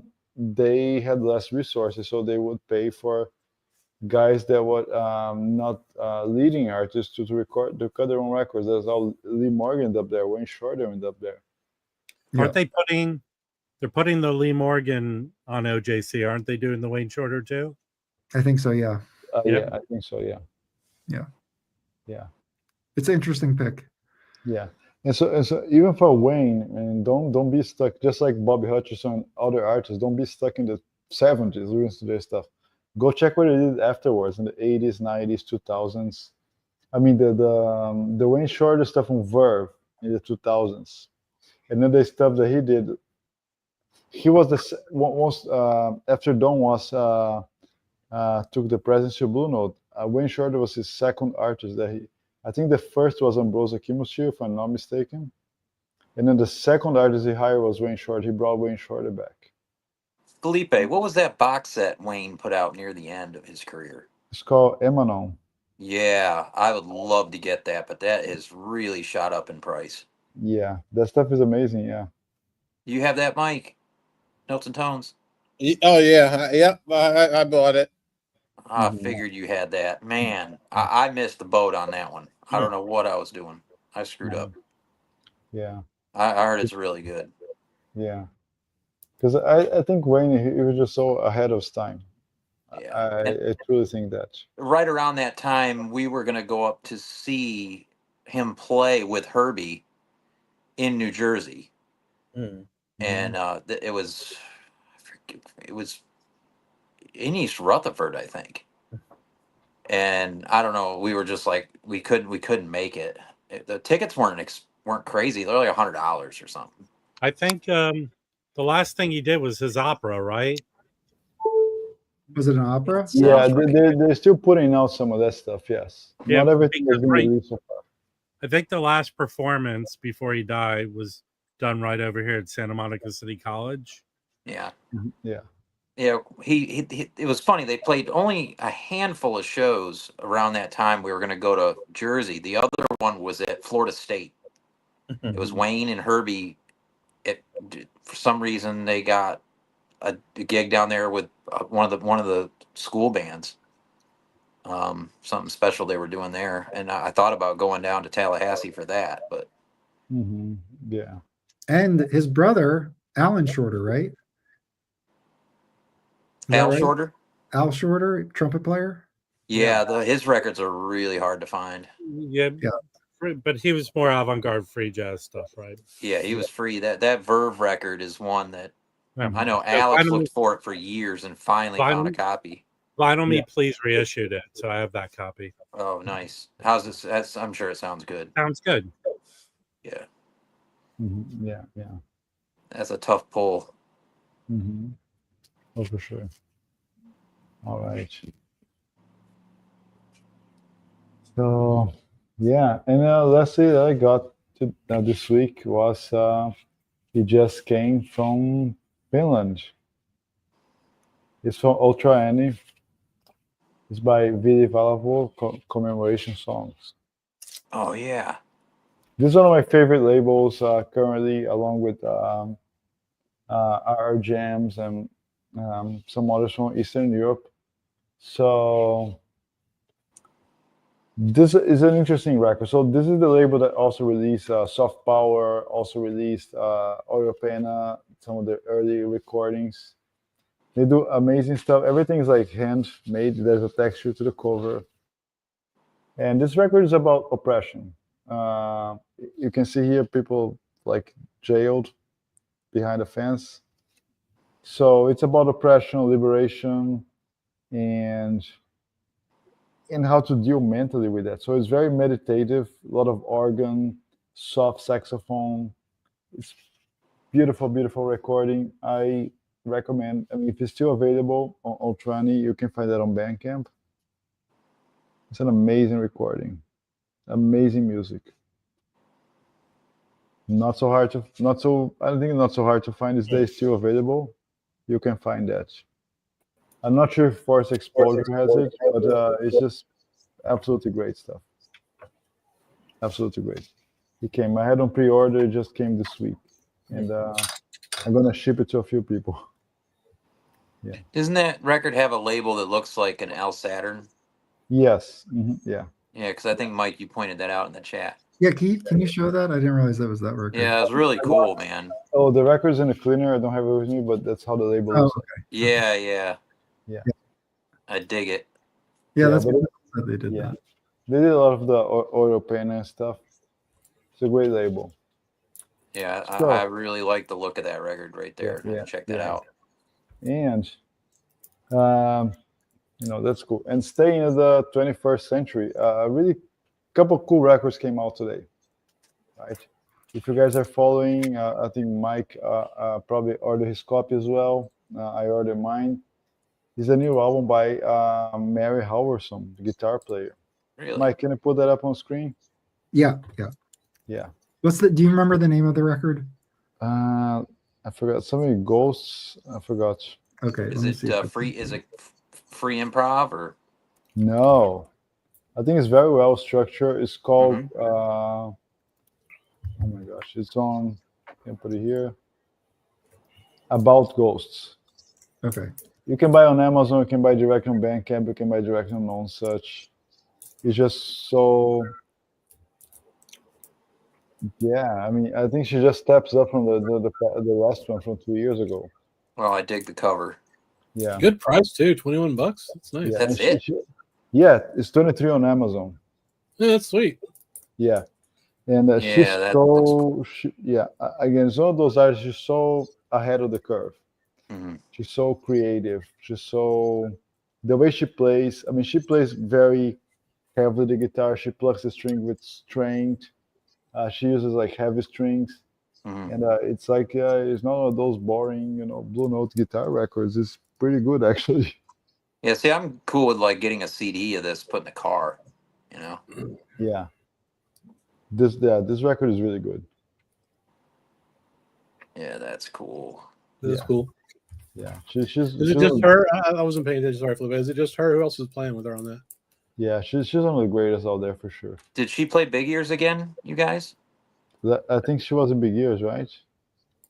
Was brief, right? Yeah. Mike, you're muted. Yeah, he was In there. someone else's group. I mean, she was there, but she wasn't headlining. No, which was different, right? Normally she headlines. Or she's with, like a core group, like Yeah. she'll be with like in Temecula Reed's group or something like that. Yeah. Emmanuel Wilkins is on this one. Yeah, cool. There's a lot of gas in this record. Yes. Very cool. Yeah. and Patricia Brennan's on there, right? Yeah, but And- yeah, she's on this record. Yes, Mike, you're correct. Yes. Yes. Yeah. And then even she's one of She's one of a the best force. Yeah. live players out there now. Yeah, that's what I was telling. I've been chatting with Mike about current Vibe players. The guys, you don't talk much about Patricia Brennan. Just talk about the obvious ones that people, because vinyl people talk about it. But Patricia Brennan, she's probably the greatest. I take umbrage with that. I talk about Teddy Charles. Nobody talks about Teddy Charles. I do. I bought his album. I talked about him first. Silly Willy. Yeah. But Well, Patricia you just Brennan, made Felipe's point for him. You're talking about a guy that's been dead for 100 years. He's talking about new artists. Hey, so, listen. yeah, I so, just No, Felipe said the obvious ones. Yes. yes. Yeah, right now everybody knows about Joe Ross and Sasha Berner because they go on YouTube channels. But Patricia Brennan, she's the force to be reckoned with, and she's in 2 great releases this month, actually, right? So she's on the Mary Halverson record, and she is also on a Dan Wise record. It came on Pi Recordings late last month, which both records are actually candidates to be among the best of the year. I can tell you, Mary's records, when Lunchbox carries them, they sell out. They sell out. Yeah. Here in Charlotte, I don't know. So she's got some following around here. Yeah, they're still available on Amazon. And Mike, if you can pull out the Dan Wise record also. Yeah. One thing I would say, Felipe, is if people don't know about her, we do have a jazz YouTube channel. You could tell people about her instead Yeah, of making. that's the cool thing. That's what we're doing now. Yeah, so Felipe. I'm like getting all defensive over here. Have you guys interviewed her yet? We're here to turn us on to these people. Yeah, no, definitely. Let's show it. I mean, the Dan Wise record is really, really great. Have you guys interviewed Mary yet? No. Okay. No. Is that a tough interview to get? I don't know. I don't think so. No. So, Unclassified Affections. This record is absolutely greatness. Yeah. And I saw him at Big Ears.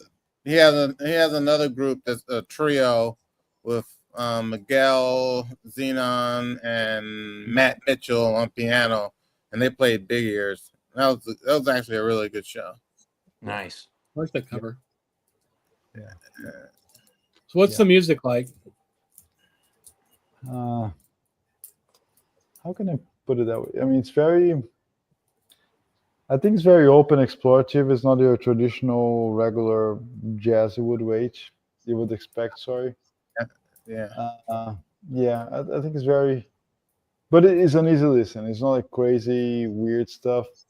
It's an easy listen, but it's very open, if I can put it that way, Chris. I listened to give it a listen. I think you're gonna like it. I feel like the first track, there's a long build to it. Like in terms of structure, it's definitely these are bigger ideas, I feel like, that take a longer time to play out, at least on the stuff that I sampled.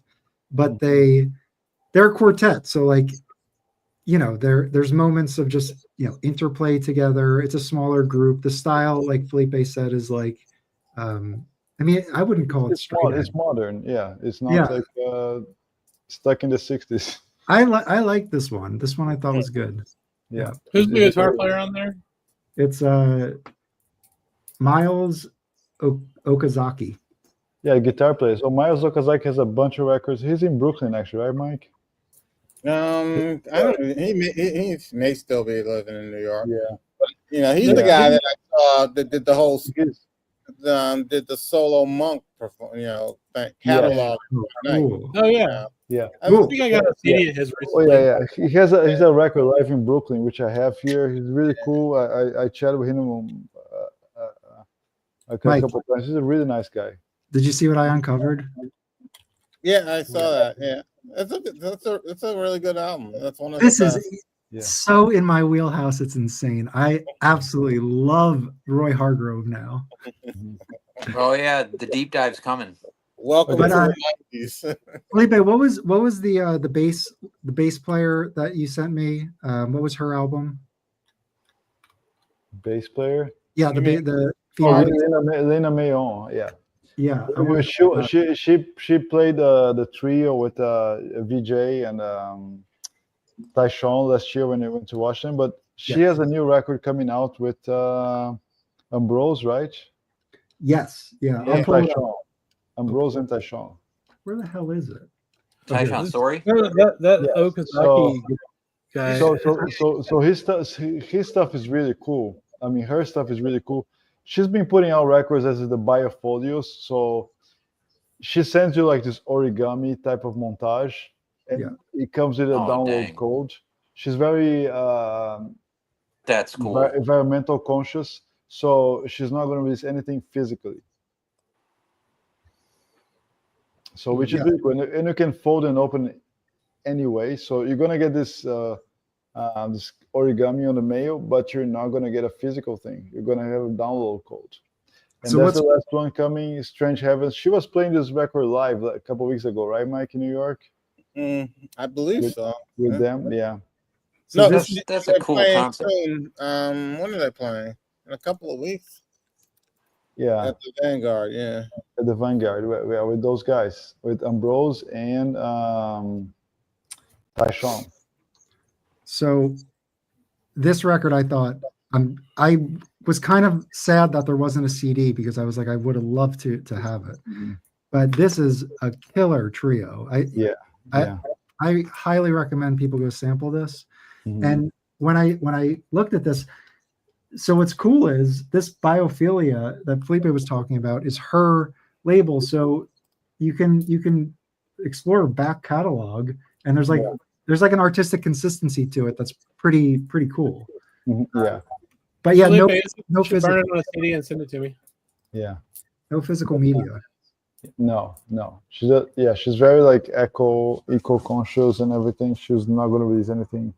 Yeah, but At least she's concerned about the environment. Doesn't put out like 7 color variations the next week, right? that's a good point. I mean, it is pretty cool, and I'm sure it's, she could sell records and CDs. I'm sure she can move them. So. And you can buy the whole thing for like $50. See there, 50. You can buy everything. Yeah, you could buy her 4 albums. So anyway, so I was really. There's no streaming service. The only way to get her music is this way. Right? I don't know. You can stream it on Bandcamp, the whole thing. If you have the Bandcamp app, you can stream the whole albums there. Yeah, True. but So I seen her live. She's one of the great bass players out there, man. She totally kills. Yeah. Mike, when this came out, did you buy this when it came out? Yeah. So this is 95. It was, It's it was a big deal when it came out. This is fucking incredibly good. So I was talking about it earlier. It's recorded directed to track. There's it's like the old school recording song. That doesn't mean it's analog. Well, okay, so if it's not analog, but It's done by Jim Anderson. It's recorded by Jim Anderson. okay. You can just, what you should do? Just ask Jim Anderson. He's on Instagram. He's on Facebook, and Okay. and he'll respond to you and tell you exactly what it was done. Because when I posted a Billy Harper thing, and he explained to me the whole session and how they did it during that day. There were 2 sessions. The one guy's record from 10 to 4, and then the other group records late that night. He explained everything, so he'll answer questions. I might reach out to him because honestly, this group is just amazing. And now I just absolutely love Roy Hargrove and Christian McBride. And Stephen Scott. I'm not too familiar with Stephen Scott. Well, Stephen Scott was, one of their peers, and he had a Verve contract. I think his first recording on Verve was probably produced by Betty Carter. And yeah, he had a good run on Verve, and then he recorded something on Ninja with I think Ron Carter, Victor Lewis, and I can't remember who else. And then he just disappeared. Oh, right. Okay. And yeah, he was teaching at some school, and now I don't know. He just disappeared, but he left the scene. I mean, it is an impressive record. Like they do Verve. It's really good. Yeah, they do 16 Parker tunes, and it's just they're just awesome on it. Yeah, And like I think it was one of his most successful, right? and it was one of his most successful. Yeah, I think so. But I think his most influential was Hard Grooves that Verve by Request just put out. Mm-hmm. Yes. Yeah. Like, Hard Grooves like a groundbreaking kind of thing. But do you have Hard Grooves, Mike? This is the only Roy Hargrove I have. No, that's not right. I have the Record Store Day with him and who was it? Mulgrew Miller. Yeah, that was the unreleased the unreleased sessions that came out last year, which is really good as well. Yeah, I think it has more to do with Cuban influence style. Yeah, that's really good. I went to what is it? It's I went to that session. It's the continuation of the he did this album called Habana, and it was Chris All sessions, or I don't know how you pronounce it. And I don't know if I have that CD, but then he did it with his a group in the studio, but they that's the one that was released last year posthumously. Mm-hmm. This is the CD. Yeah, and this is excellent. I think actually that he may have even won like a Latin Grammy with this. Yeah, and then it caused a little controversy. Yeah, because I think that was the first year of the Latin Grammy, right? Yeah. And this is a killer group. It's like Roy Hargrove, Chucho Valdez. You got David Sanchez, Frank Lacy. Exactly. So he goes to Cuba after invitation of Chucho Valdez. Yeah. And but in the early 2000s, he starts mixing with the hip hop guys. He starts working with Q-Tip, with Questlove, D'Angelo. He actually plays the trumpet on Voodoo. All those trumpet sounds on Voodoo are his. And then they put together this band and they recorded this record called Hard Grooves, which came out in 2003. An original Hard Grooves go for about $300 at least. And Verve by Request just put out a reissue in 2023, I think. Did you get that one, Felipe? I got mine in the mail, the reissue. I'm not buying the original this one. Well, I want to know if you got it in the mail. I would like to hear how that sounds, because I would buy that if it sounds decent. Yeah, it's amazing. I mean, it's one of the most important music made in the early 2000s. When they fused everything, it's just amazing. It's really. I might have it on CD already, though. I can't remember. Yeah, I mean, the CD versions are good. Yeah, but this is a record to get. I think the really interesting thing about Roy Hargrove is that he was never afraid of trying different things. And if you guys watched the doc that Mike shared today, I think someone there, I think it was Lacy, right? My friend Lacy, he says he was a throwback guy, but he was also a throw forward guy. Yeah. Yeah. That was the perfect definition for Roy Hargrove. He could do ballads, he could do standards, but he could just advance music. Right? I have a Roy Hargrove on Novus. It's approaching standards. It's him doing a bunch of standards. It's really great. Yes, that's another one of his best sellers. I think his Novus, RCA Novus, that was one of his best selling records in the early 90s. Yeah, this is 94. Yeah. Hey, Mike, let's look at the Wikipedia for this guy. Sure. So there is this documentary that is available on YouTube. So I will drop a link to it if people want to. Oh, cool. Check it out. Yeah, I think it was produced by like PBS or something, or at least I thought that's right. Yeah, it was on PBS, but it did the the film festival circuit for like It seemed like about 2 years. Okay. Yeah, I came to Roy Hargrove pretty late. I mean, I got that RSD reissue, but that really wasn't I didn't really understand exactly who he was on that. Like, I just heard that was a cool record, so I picked it up. And I remember somebody asked me, like, do you listen to Roy Hargrove? I didn't even realize I had that record. So anyway, I started exploring his stuff maybe like 6 months ago or so, maybe a little longer, but nothing really clicked for me at the time. But this Charlie Parker one, I feel like, is just like my entry point. So I'm really excited about it. I'm really happy I was able to get it. It's only like $5. So yeah. So here's his wiki. Should we go? You guys want to see his discography? Let's do it. Okay. Why not? All right. Well, let's look at his first record here. So it's on Novus, 1990. Well, actually, let's see. As a side man, he's on Blue Note. It looks like. So Yeah. he was actually discovered by Winton like 87, 88, right, Mike? Around that. Yeah, the story is that like Winton was doing like all these, they were touring, and every time he goes on a tour, he goes to the schools, and then someone like said, you need to hear this kid, and he heard him play, and he recognized how talented he was, and sort of like kept in touch with him. Supposedly, he hooked him up with his manager. So this is Mike. Do you have this record? Yeah, I do. It's actually my least favorite of the Bobby Watson Horizon records. It's because Roy Hargrove ruined it. No, I think it's his first on Blue Note, and I just think it's it's not as This. good.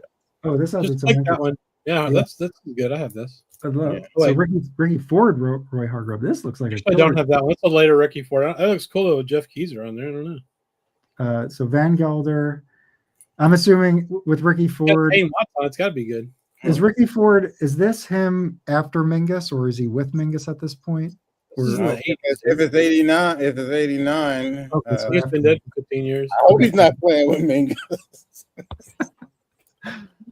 all Oh, right. he could So, have been with the Legacy band still. I think that was the one. I feel like the Ricky Ford Muse. The reason why I even thought to ask that is I feel like the Ricky Ford Muse stuff is so straight ahead, which is different than the Mingus stuff. Am I wrong with that, Mike? Do you think? Like, it's not particularly like it doesn't have like I don't know Mingus's style in it too much.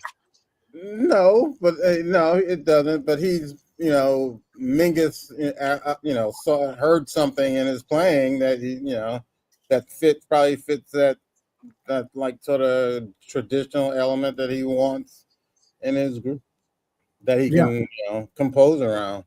So Roy Hargrove in '89 has to be like 18, 19. Yeah, something like that. Let's see. He was born in '69. So 20. He was 20. Yeah. Ricky Ricky Ford, though, man. I mean, I love all those Ricky Ford Muse records. You can get all those for like $5, $8. They're really good. They are good. Yeah, Rob shows a lot of those Muse records. He seems to find a lot of them around LA. He was great. We got Dono. Oh, nice. For Jazz Bones timeshare. Oh, sweet. You got to do better than that, Roberto, if we're going to get a timeshare in New York City. But So this looks like his second date with Ricky Ford. So that's cool. Hang on, you didn't talk about everybody else, though. All Jeff right. Keyser on there, dude. Fucking awesome. What's that? Look at everybody else that's on there real quick. Shit. Okay. Like, you got Jeff Keyser, who's awesome on piano. Robert Hurst on bass is all over the 80s. And Tane Watts, he's like a genius. So Yeah. awesome, And dude. That's great. we saw Robert Hurst is playing. Well, he's touring again. He plays with Chris Davis Trio, Oh, cool. and we saw them at Big Ears, and I saw him also at the Vanguard. Chris Davis, the piano player? Yeah. Oh, she plays wild too. Still, I mean, she plays some pretty wild shit, doesn't she? Not all of it. She's got a lot of talent. She she does she plays a lot of styles, a lot of different styles. Cool. All right. Yeah, I so got this- Her a label, so she can do. She can do yeah. it. That's cool. So this is his first lead record.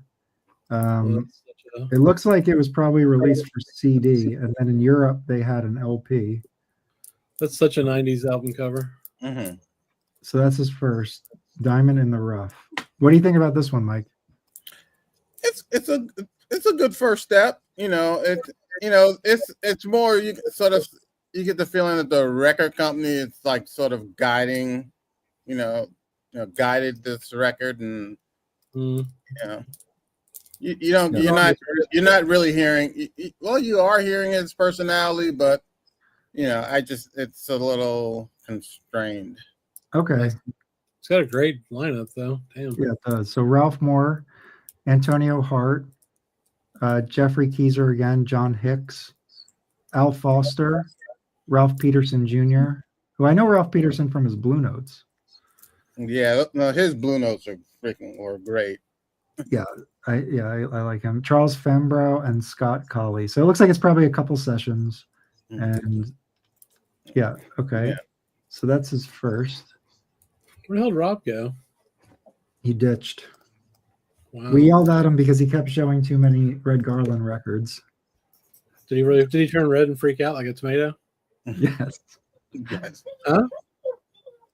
All right. So now we got Roy Hargrove, Public Eye. This is No, 1990. that's a '90s cover there, Chris. Dude, I've never sleeping in the box in the dumpster, bro. That is a '90s cover. Yeah. So we got Roy Hargrove, Stephen Scott, Billy Higgins, Christian McBride, Yeah, that's- and Antonio Hart. Mhm.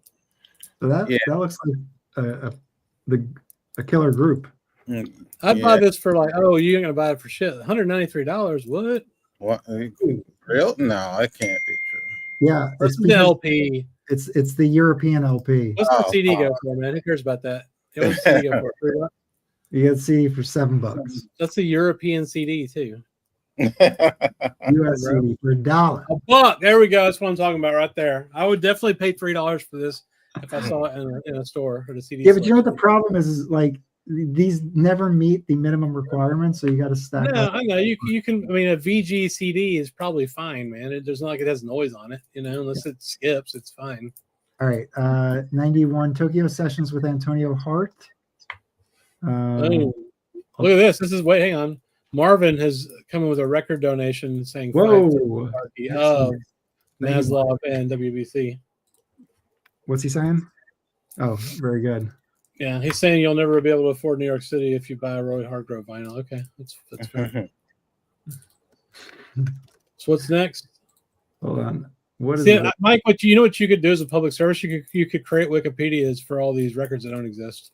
Yeah, I'm not. Part of your legacy. Come on. Yeah.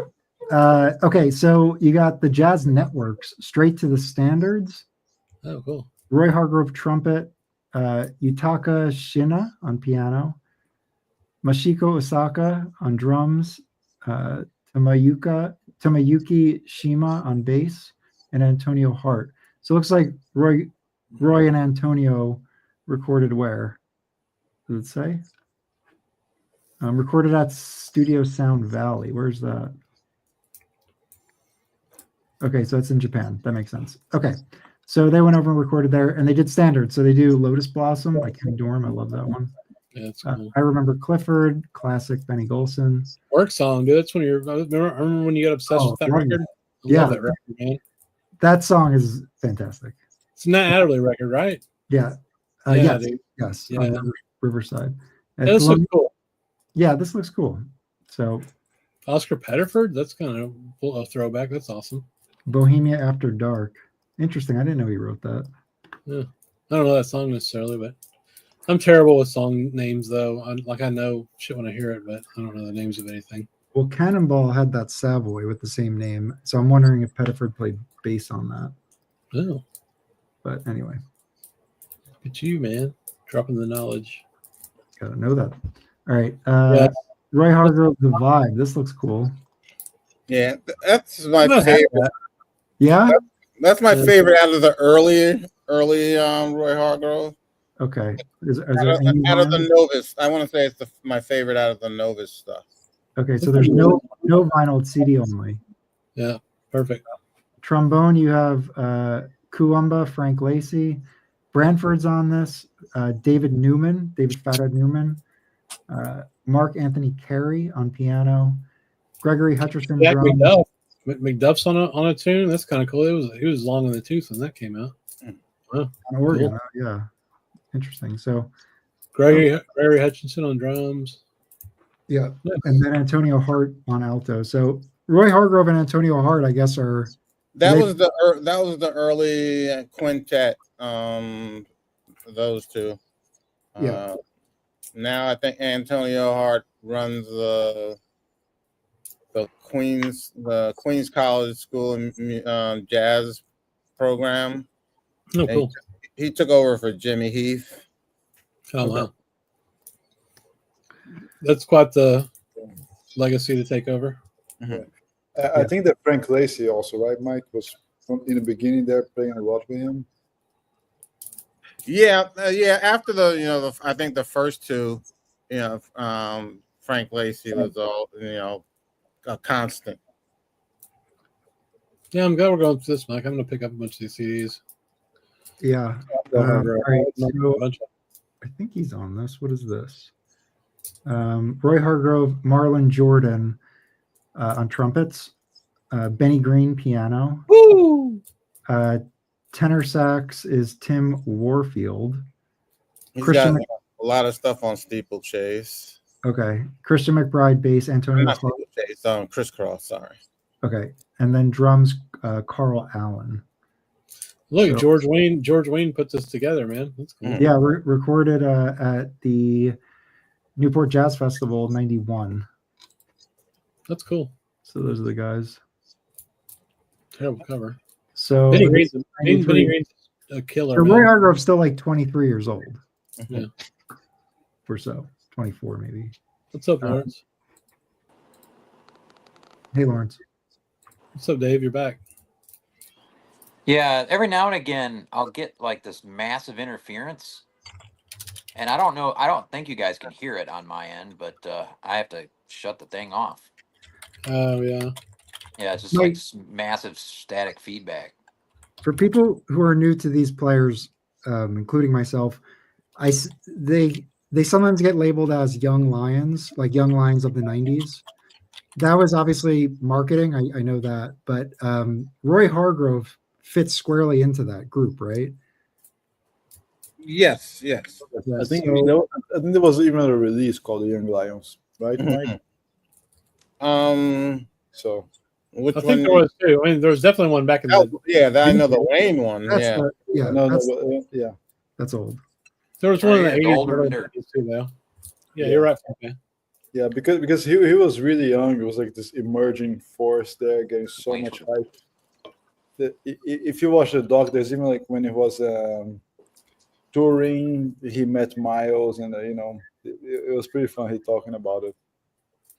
Yeah, so he was this new guy, supposed to be the new big thing, Yeah. and that And it- made him one of the new young lions for sure. And kind of my understanding of the Young Lions is there was like an effort to play like the tradition by everybody, and then they all go out and do other things. Like obviously we saw that Roy Hargrove record where, in the 2000s, which is totally different. But isn't it? It was a lot made of that they're just straight ahead guys, but that's the record company, that's how they're selling the music. But I also think it's probably was a cool process to go through. Like he did make that Parker record. Like they didn't went and did do his standards records, and like anyway, I think that would like for them to master, the book or whatever it's called. That was cool, but I think That's when they were young. I mean, yeah, but if you check when he goes to Cuba, he totally kind of is a flipping point for him. okay. I think. All right, so we're gonna get to that. We'll get to that, Felipe. So we're still early in his career, and obviously, yes, I'm doing broads. I'm basically doing the marketing thing of this, but it does seem like there's an effort to learn the old standards in like a I don't know. Let's keep going. You're not sharing your screen. All right, let me just pull this up. Okay, this record I see everywhere. That's that has all the top. There's let's see, great tenor. He's pairing with tenor players.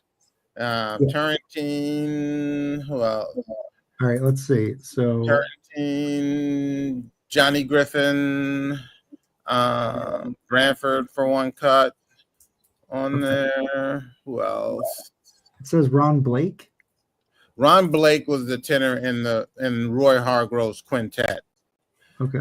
His saxophone replaced Antonio Hartz, you could say. Okay. Where's Stanley Turrentine on here? I don't see his name. He's on there because I think it's just. Can you go up to? Hold on. There you go. There I see. Okay. I get it. Okay. Yeah. It's his group, and then they bring in Stanley Turrentine, Johnny Griffin. You got Branford and Ron Blake. So they stacked their solos. Ron Blake again, Joe Henderson, Johnny Griffin, Joshua Redmond. So, yeah, cool. Yeah, and the cuts with Stanley Turrentine are really good. I mean, he's playing really strong, and I think that they may have been kindred spirits in there, like stylistically at that time. Yeah. That was a great project for sure. I really dig it. Cool. All right. So again, like they're playing with the old leaders, like learning their music. So this next one is Family, Roy Hargrove. All right. The cover's so bad on all these 90s records, man. Where Not want to buy them, I swear. I was like, that looks like it's going to be bad. All right, so let's see who's on this one. So this one's Family, and there's a ton of people, it looks like. I won't even go through it all, but there's a lot. Well, you got Winton, you got Fathead, Ron Blake, John Hicks. Holy shit, dude. Lots of good people. I mean, it's probably a few different sessions.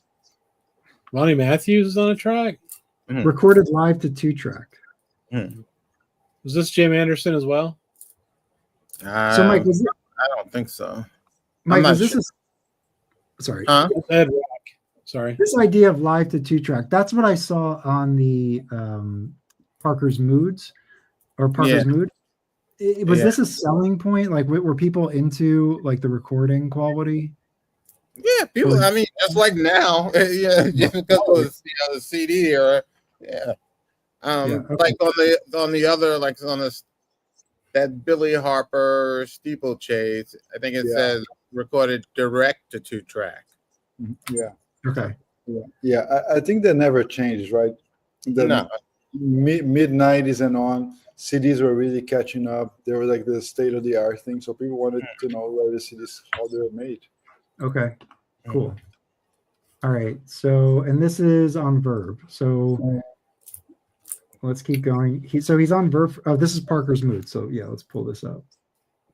This is what I just showed that I picked up. That's the cassette. We don't want that. It's only been put out on CD. Yeah. So you got to kind of get it on CD if you want it.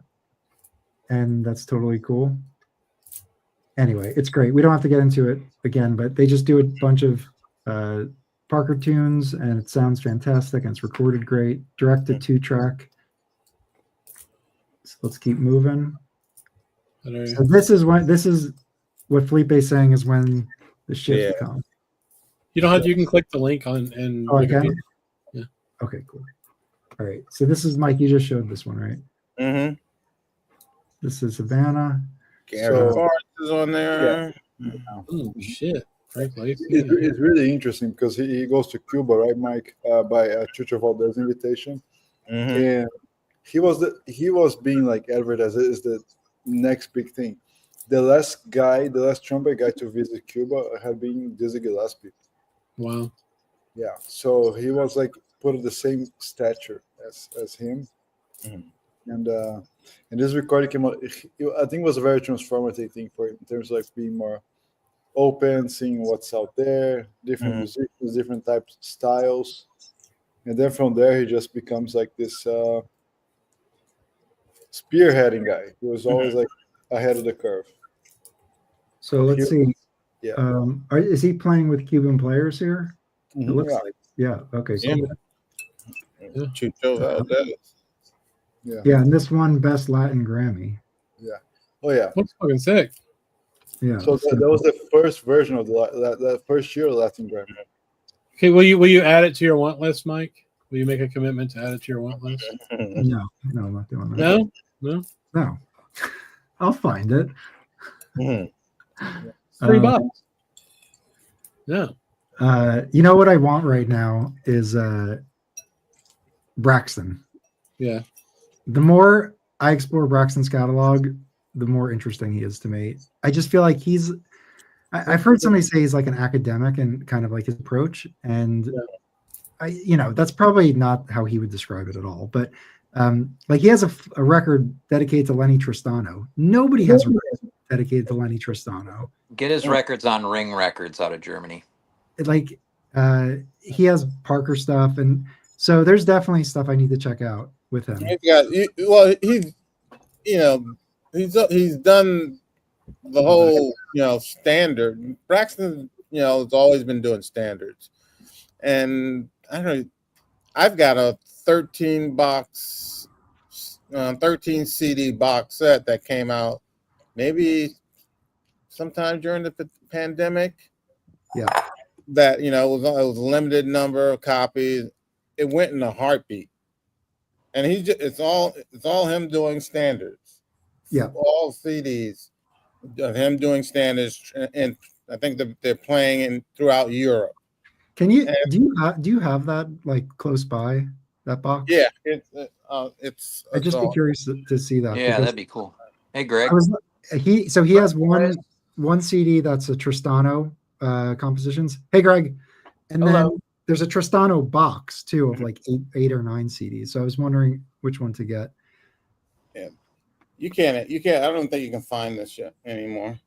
Oh, that looks cool. Oh yeah, I remember when that came out. That looks great. Wow. And then I have another. I'll show you another box that I have. It's you might be able to still find this one. Hold on. Greg, do you have any Anthony Braxton in your shop currently? I'm not sure, but kind of in that vein, this guy just came in and wanted to listen to this record that was on the wall, which is really killer, man. You ever heard this one? Yeah, man. No. Strat East. This is so good, man. Oh. It's got George Coleman, Julius Watkins, Clifford Jordan, Harold Mayburn. Yeah. Okay. And actually for an original Strata, this is like mint, like not one piece of anything in it. It's incredible. I've never heard one this good. Yeah, I think Lunchbox had on the one on the wall here a few months back, and they sold it pretty quickly. Yeah, I thought this guy was going to grab it, but then he was getting these like really rare Trojan, reggae records and stuff. Yeah. Greg, for people watching, Greg joined and he opened up a record shop, as you can see behind him. And we are going to request a tour in a second. But Mike, did you grab something? Yeah, this is the other Braxton box. Okay. It's 4 CDs, I think. And then he's done. That's all standards. This is, I don't even know. This is also. This is on Leo Records, actually. Okay. All the standard. UK. Yeah. And then there's these that he did for CIMP. This is Get it, Chris. This quintet. Those are hard to get now. Those CIMP label ones. Man, it's not. You can get it directly from them. Oh yeah. Yeah. I have the website. I had a heck of a time finding some stuff on that label. Yeah, because they charge like $15 a CD, and then and so it's just a lot of he has so many projects, you know, opera, you know, he just has some. His thing, you can get overwhelmed with Braxton. Well, that's why you go down that rabbit hole. I feel One like right there. just doing his stuff where he's using like Tristano or whoever. That's kind of what I'm exploring right now. Yeah. All right, what you guys got there? know this one? Oh yeah. Oh, yeah. This is great. He's great on this one. Yeah. Oh yeah. This Dave Holland record. That's Oh, right. Here, Yeah, I'll be I back got in one a sec. promo of that one. Yeah. Uh-huh. Yeah. There's Yeah, a lot that of was- jazz on that wall right there. That was like my first ECM, I think. That's a moondog I see. Yeah, Greg has some pretty great stuff. Greg, tell Greg you can send that moondog along right over here. Just have to see what kind of price is on that bad boy. Yeah. And we'll pick up that Roy Hargrove when Chris gets back. He'll have to give me the senior citizen discount. But yeah, and all that stuff's on CD. So Mike, I'll tell you I'm telling you, the, Braxton, dude, the ring stuff from Germany, I love that stuff. There's a box set. It's like a 3 LP box I've been looking for years. I gotta find that one. That's like my top Braxton one. okay. All right, let's switch it over to Greg. So Greg, you've been on the stream before when we've done classical streams. You're Yeah, I came on here once too and showed some jazz records, but we haven't done a classical bums in a long time. We should do one. We should. yeah. So for people who don't know, can you give a little background? Professional and what you're doing with the shop. Well, I just decided to open this shop. It's in Westlake Village in California, like a little outside of LA. And most of it is my collection and just some other collections I've kind of grabbed along the way. It's mostly classical and jazz. Awesome. Tons of jazz, tons of classical, super rare classical. Yeah, I sent out the Wu-Tang album today. And it's all really high-end kind of stuff or audiophile-y stuff. I mean, not to say that there aren't $10 records and $12 records and all of that stuff too. I mean, some of the best classical records, I mean, I can't charge more than $10 for them, even though they're just sonically and musically so supreme and superb and everything. It's just like, they're not big money records. And some of the ones that, you can sell for hundreds of dollars are not as good as the $7 ones, Yeah. So there's really everything here, but really an emphasis on that. Like, there's no like beat up rock records, I don't have any, Foreigner or like Billy Joel or anything. Sounds like my kind of shop. So yeah, classicals, jazz. There's a lot of ambient stuff. I'm also really into like modular and synthesizers and kind of modern compositional things like that. Kind of a whole weirdo section. A lot of Japanese ambient. If anyone out there is like a Japanese ambient nerd like I am, tons of that stuff. Well, what's kind of nice, especially with the classical, is that you're a bit of an expert in those records, right? Yeah, and that's another reason. Like, I'm just working here, and it's like, it's really interesting having a record store. So today, actually at 12:01, Rob walked in. He was the first guy here, of course, and we had a great time, Rob and Jim, and just one after the other, just weirdos come in. It's like I am now like the record store, the weirdo record guy with the weird record store that all the weirdos come to. Okay. And it's great. You just like see one record sicko after the next, that all just want jazz. This guy came in and bought like hundreds of dollars for his daughter, like sealed Nirvana records and stuff. It was like, it's awesome. Very cool. Nice.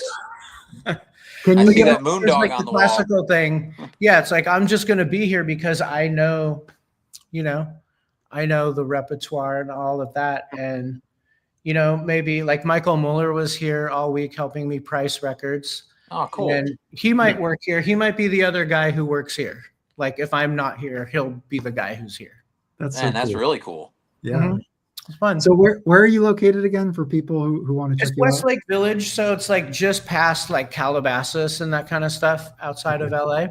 Okay. And the name of your shop is? Flowering Spikes. There you go. Okay, cool. The Flowering Spikes that's also your kind of like internet person, like your handle. Yeah, right? yeah. Instagram. Well, it originally Flowering Spikes has been around for like 20 years. Like I've been releasing solo works and music by other people. It started out really as a label, and then kind of just became like what I call the YouTube channel and those things. So, but it's still going to be a label, you know, like I'm still going to put out records and books and monographs and zines and things by other artists that I like, you know, so it's going to be not just a record shop, but kind of, I want to do some publishing and put out some other artists and really have everything under that one umbrella, you know? Yeah. Very cool. Well, we wish you the best of luck for sure. I mean, it's a, you know, it's tough, you know, it's tough business, record shop stuff. So I'll have to let Alex and Sherv know. They're not far from there. yeah. Yeah, let them know, man. Yeah, and it's fun, you know, it's like I wanted to do something that I'm passionate about and that I love and that I know about. And, you know, because I'd always done that. I was a musician forever and just made records and toured and played shows. And then I became a chef and then I opened a bunch of restaurants. And, you know, now I want to do this and have this store and have this label and do all of these things, you know. It's hard for me to really get interested about things that I don't really love, you know? So can you tell us a little bit about, do you have a listening space or do you have a system set up there?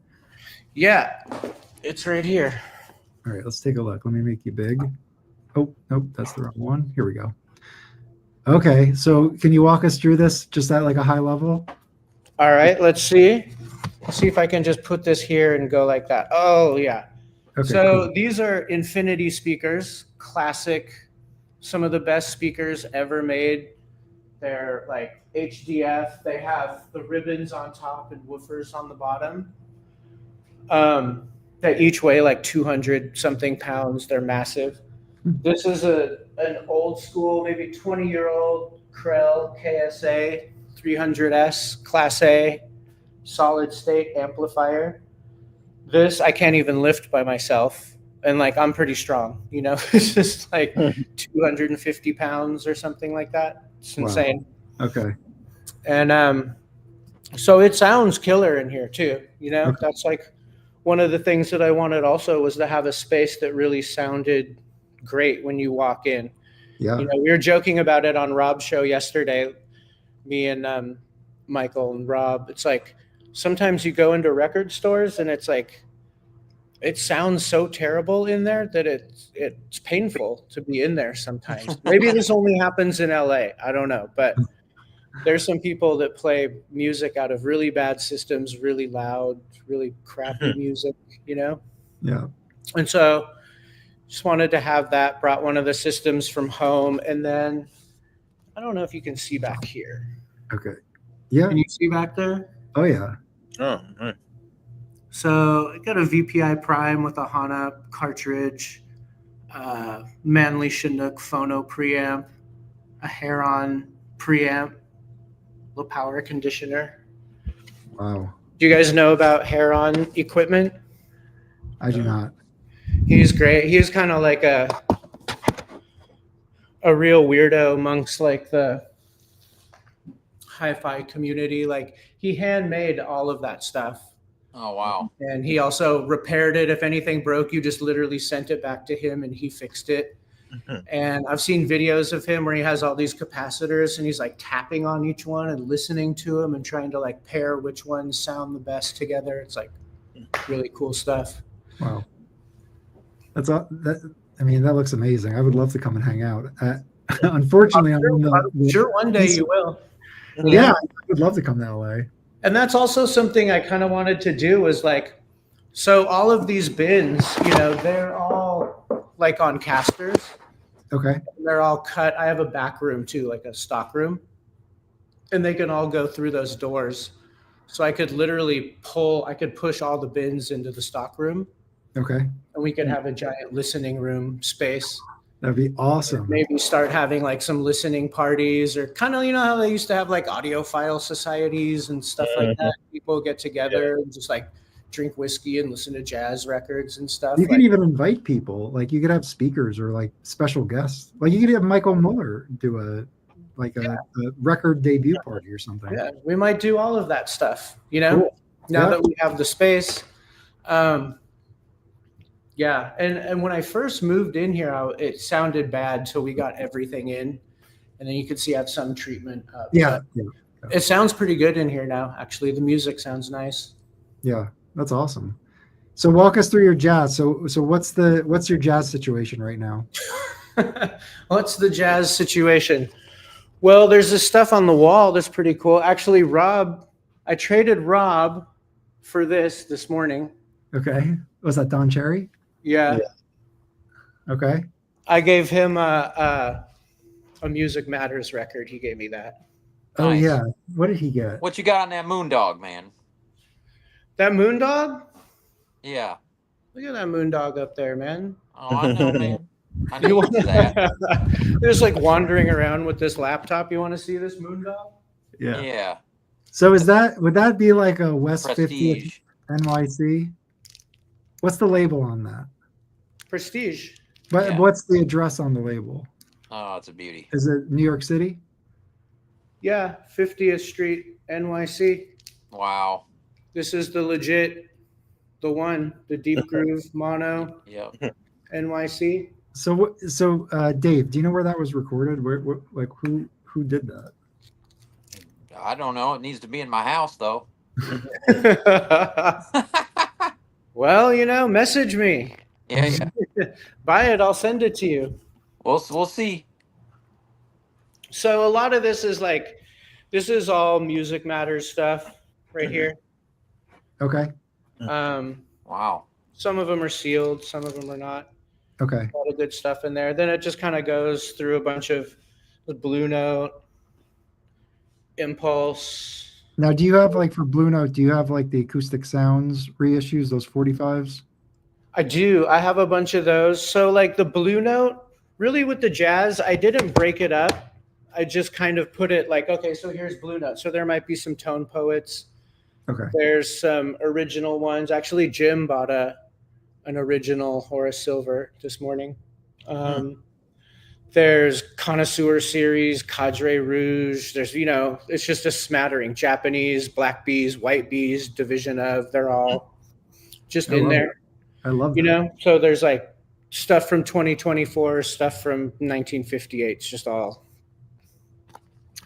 down in there. Same with the Impulse.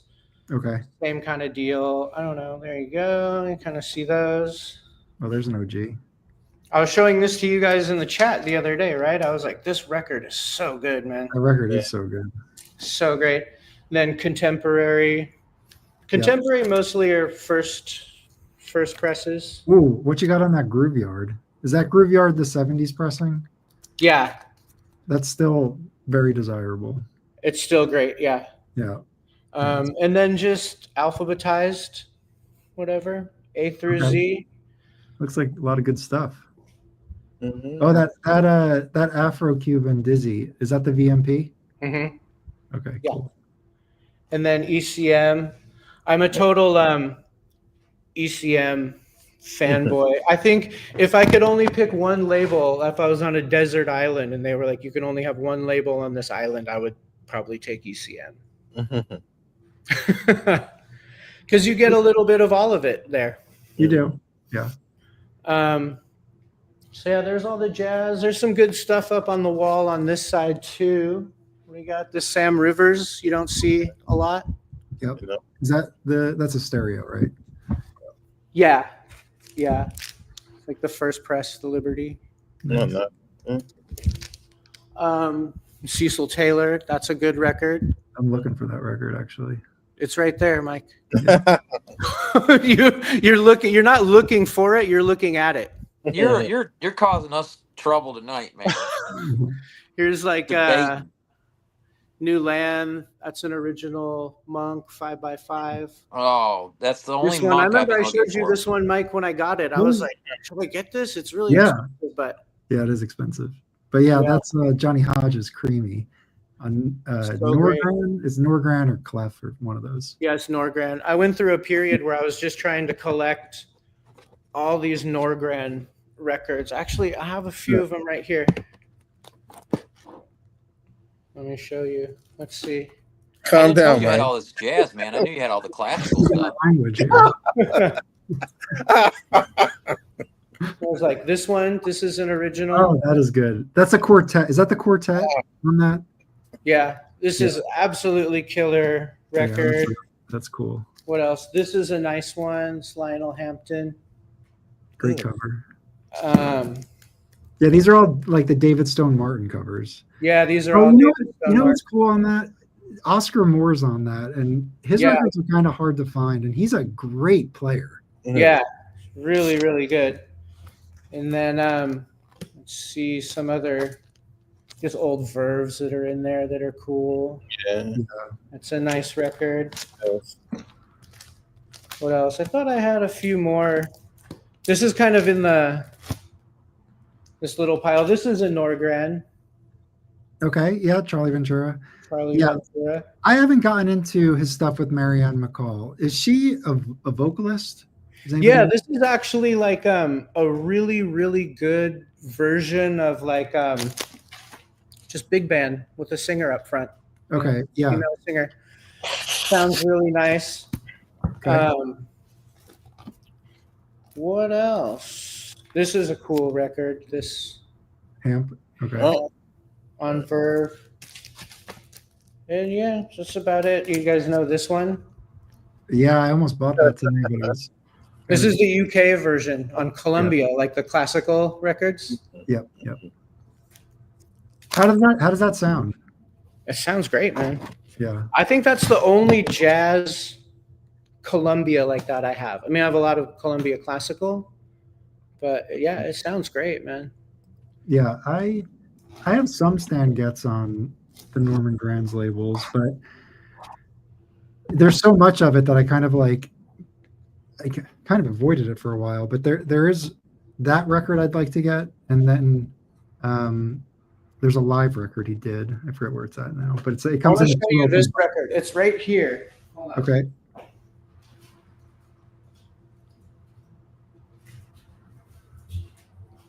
You guys know this one? Yeah. mhm. Yeah, Mhm. that's good. This record, I listen to this record all the time, man. This is so good. It's like, there's a lot of with strings records and they're kind of cheesy a little bit. Yeah. This is not. This is like the dude who did the string arrangements. They're like super modern, kind of avant-garde even. He actually put out albums of his work, his quartets and stuff on Deutsche Grammophon. Okay. Like this kind of sounds almost like a Bernard Herrmann soundtrack kind of a thing.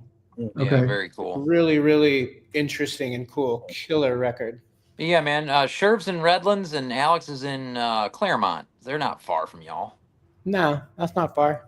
No. The prices, I'm sure, are Need to get very in there. competitive. These aren't going to be bargain records. No, they're not bargain records, but they're also not. They're also not. Honestly, Insane. those Verve records. I know that Creamy one is very expensive, but I'm Yeah. sure some of those are affordable. Yeah, they're affordable. Like this.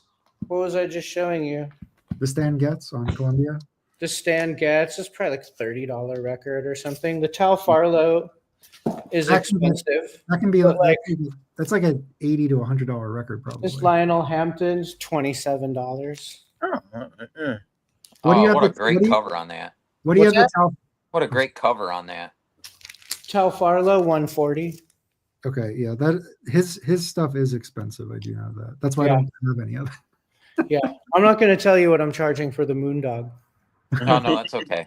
and I'm basically giving it away too. I could probably charge double, but I'm not. Yeah. You But know? if you've just opened recently, it's nice to have great pieces like that you can move pretty quickly. Yeah, to help keep things rocking. yeah. Exactly. And then there's so much, like we were saying before, I have so many of these, all the first run Oh wow. analog production stuff, you know, before when they still had the AP Yeah. labels on them. Those are gonna sound great. Bunch Those are of going to be these. those are the acoustic. Are they acoustic? Is that the, Yeah. Okay. And then these two, there's like Bill Evans double 45.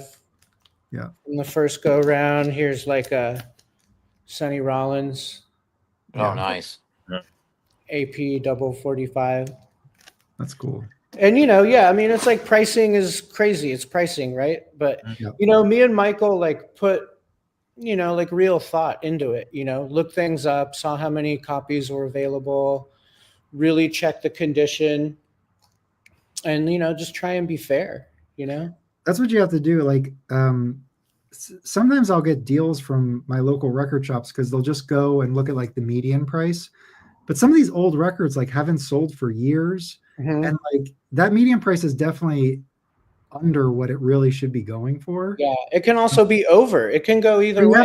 So I feel like you do have to kind of think about it a little bit, and not just go directly in. Like You can have a record where the median might be $60 or something, but there's 200 of them available and people are selling them for 25, you know? Right. Yes. Or exactly. the median can be 75 and there's only 2 in Spain, and you know, so Yeah. you charge 200. It's €100. You know, it's Yeah. like, I think the worst thing as a buyer is to get a record, bring it home, and feel like put it into Discogs and feel like you overpaid for it. You know, if it's around the median, it's not a big deal. But like if it's like, you know, a significant difference, that is something I feel like as a store owner you want to be aware of and try. yeah, because I've also been a record buyer forever, you know, so, and I think like my rule of thumb with that is like, I will never go over the max. Like if I'm actually in the record store and I'm looking it up like a weirdo, you know, then it's like, it's got to fall somewhere between the median and the max. You know what I mean? It's got to be in that zone somewhere. Yeah. And if it's like over the max or just crazy, then it's like, I'm just not going to get hosed like that, you know? Yeah. But there are records that do, like we've been sharing some listings for the Yuta Hip with Zoot Sims on Blue Note. Mega rare record, and like past sales I think are around like 1,500, 2,000, and like a G copy just sold for nearly 4,000. And it's just I thought it was didn't you say it was like starting bid at 3,000? It was I think it was buy it now. It was like buy it now at 3. Right. 3.6 or something. And the scratches on that were deep. It sold within a week. And it's just because that is such a sought after rare record for, you know, people who are into that.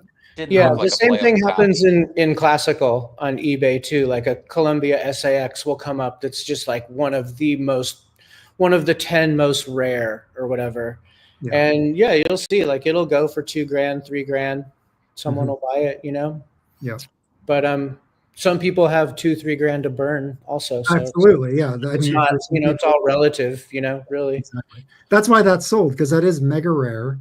And if you have the money and, you know, it will serve as a nice placeholder. The jacket was nice. It was a promo too. It had a promo. So that was kind of unique about it. But you could see that thing had a ton of scratches, and it's just crazy that somebody would buy that. I think it's crazy that people pay $300 for Blue Notes that are just hammered. You know what I mean? If you're dropping that much money, like thousands, you probably have a beautiful system. And it's like, how is that record actually going to sound? Like, is it really just a placeholder for you? And maybe it is. Yeah. Could I mean, just be I've often to had fill the a gap thought- in a collection too, you know. Yeah. I've had the thought before. This is like, I mean, this is also weird stuff, but it's like my cartridge is so expensive that it's like I wouldn't play a scratched up record on it because it's not worth, like, I'm going to screw up my, you know what I mean? Yeah. Like grind down my cartridge faster than whatever to play this like record that's all hammered, you know? I don't like doing that with my Ortophon, for God's sake. sake. I'd rather just keep nice stuff on the turntable and like, you know, just keep it that way. How do you clean your stylus? If we could just take it to that angle, just because I feel like I have a terrible system for cleaning it, and I'm probably damaging it because it's probably too abrasive. What do you do?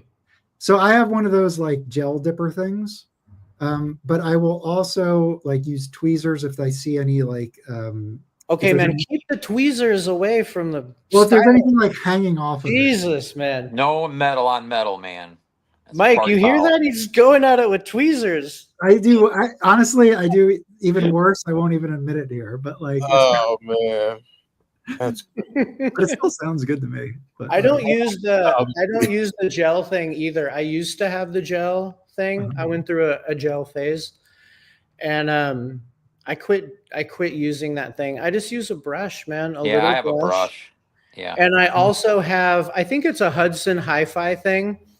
It's like, I don't know where it is. I think it's in the back room somewhere, but it's like a little platform like this, and it kind of has a brush, and it has like a light that shines on it, and then it doesn't vibrate at like a ultrasonic level, but it vibrates. So you put a little cleaning fluid on this brush that's attached to this base that then kind of like ultrasonically vibrates. okay. So I do that once every couple months or something. And then my thing really is like before I play a record, I look at the stylus, and if there's something on there, I use the little brush and I scrape it off. Yeah. I just lick the lint off the stylus with my tongue. Generally. Yeah, see, there you go. Well, that's better than tweezers. Yeah. Your tongue. Mike's than putting that. metal No, on dude. metal. No, I'm not putting it Mannequin, on the dude. metal. I'm just saying if there's You're gonna slip and fuck up your shit. yeah.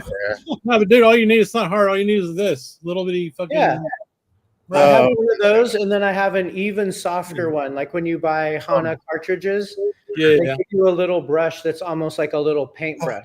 It's Yeah. like delicate. It's not as hard as that. I use peanut butter to make sure it. Yeah, absolutely. Crunchy. He just Yeah. puts the peanut butter on the end of a cucumber and then hits the stylus. Hey. So yeah, one other thing I wanted to say Okay. about the shop is, so I'm going to have the website also. Okay. Nice. And then each week, each Monday, I'm going to drop like 25 records onto the website. Sweet. Okay. Sale. And I'll there'll be paying be attention. there'll be some jazz, there'll be some classical, just a smattering of whatever, as opposed to putting up, 1,000 records on a website. Like no one really wants to dig through all of that, Right. Yeah. And so, and then I think maybe over the course of time, it could kind of be like a thing, it's like, oh, I'm going to drop the records on Monday, and like, we'll see what's there.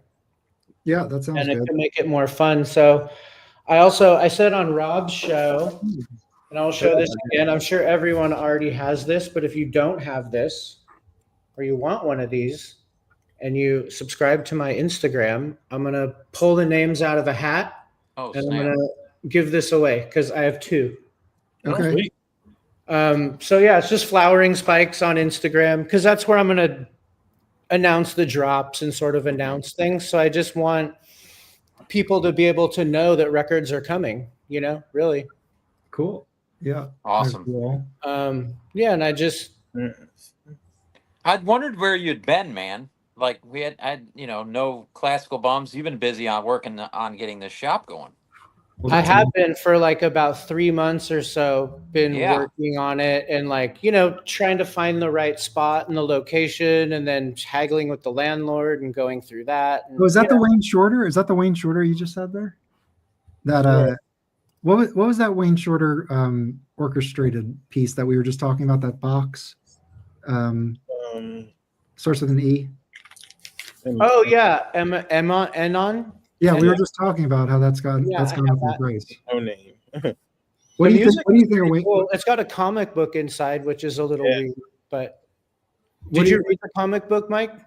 No, I didn't. No, I'm not I yet. didn't either. Do I you didn't hate the record, Mike? Do you hate the recording or do you like it? No, it's different. It's different groups, different settings. Mhm. No, I think the music is really excellent. I just, Sweet.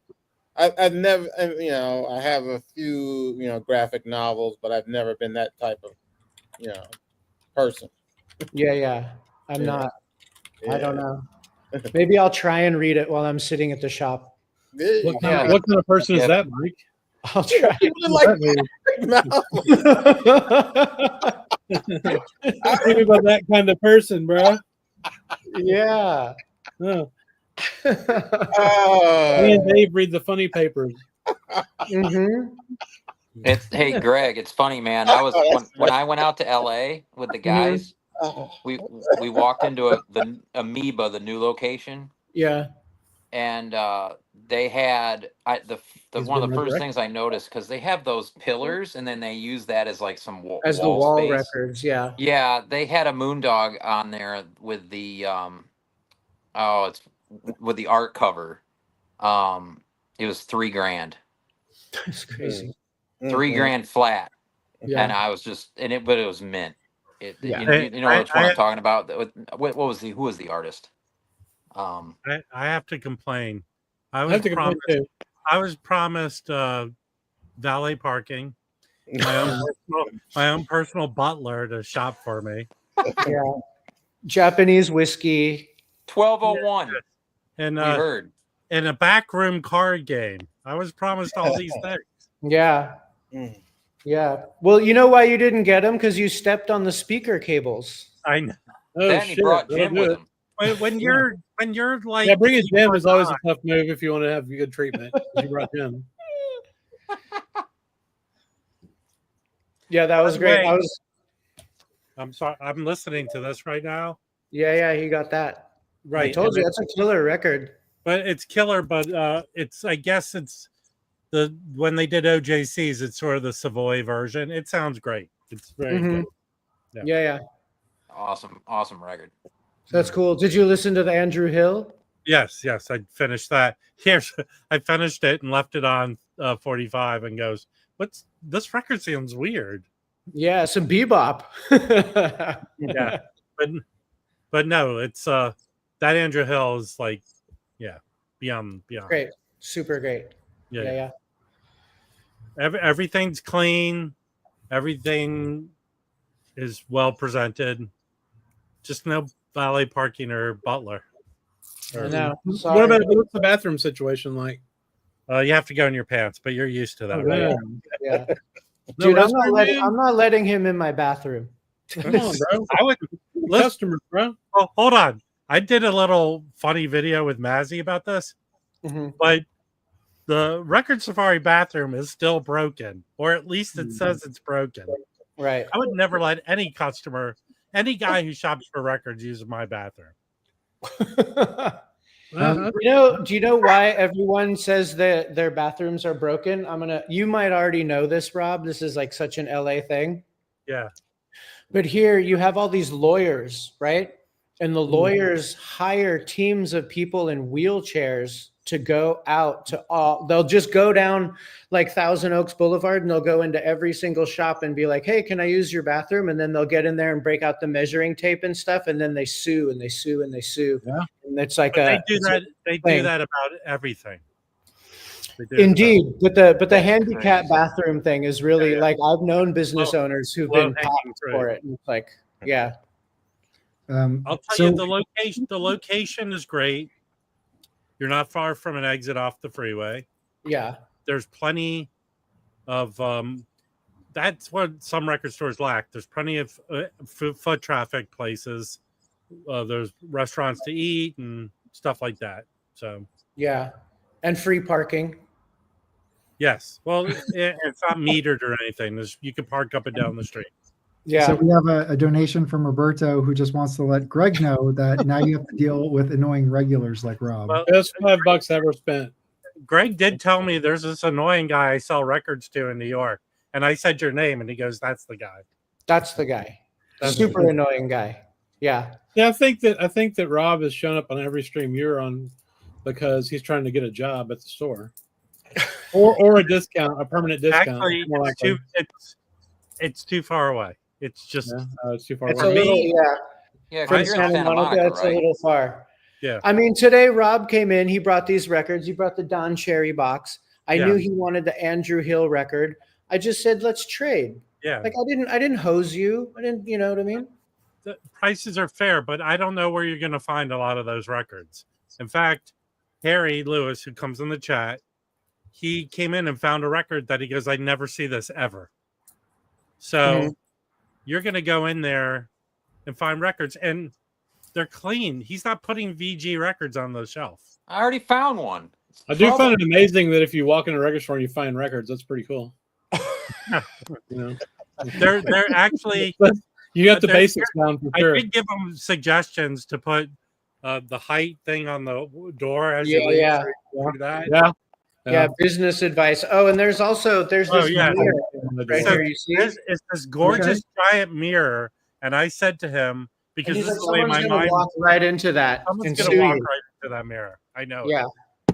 What is the? Do you have any signage out front? Do you have like what's your storefront situation?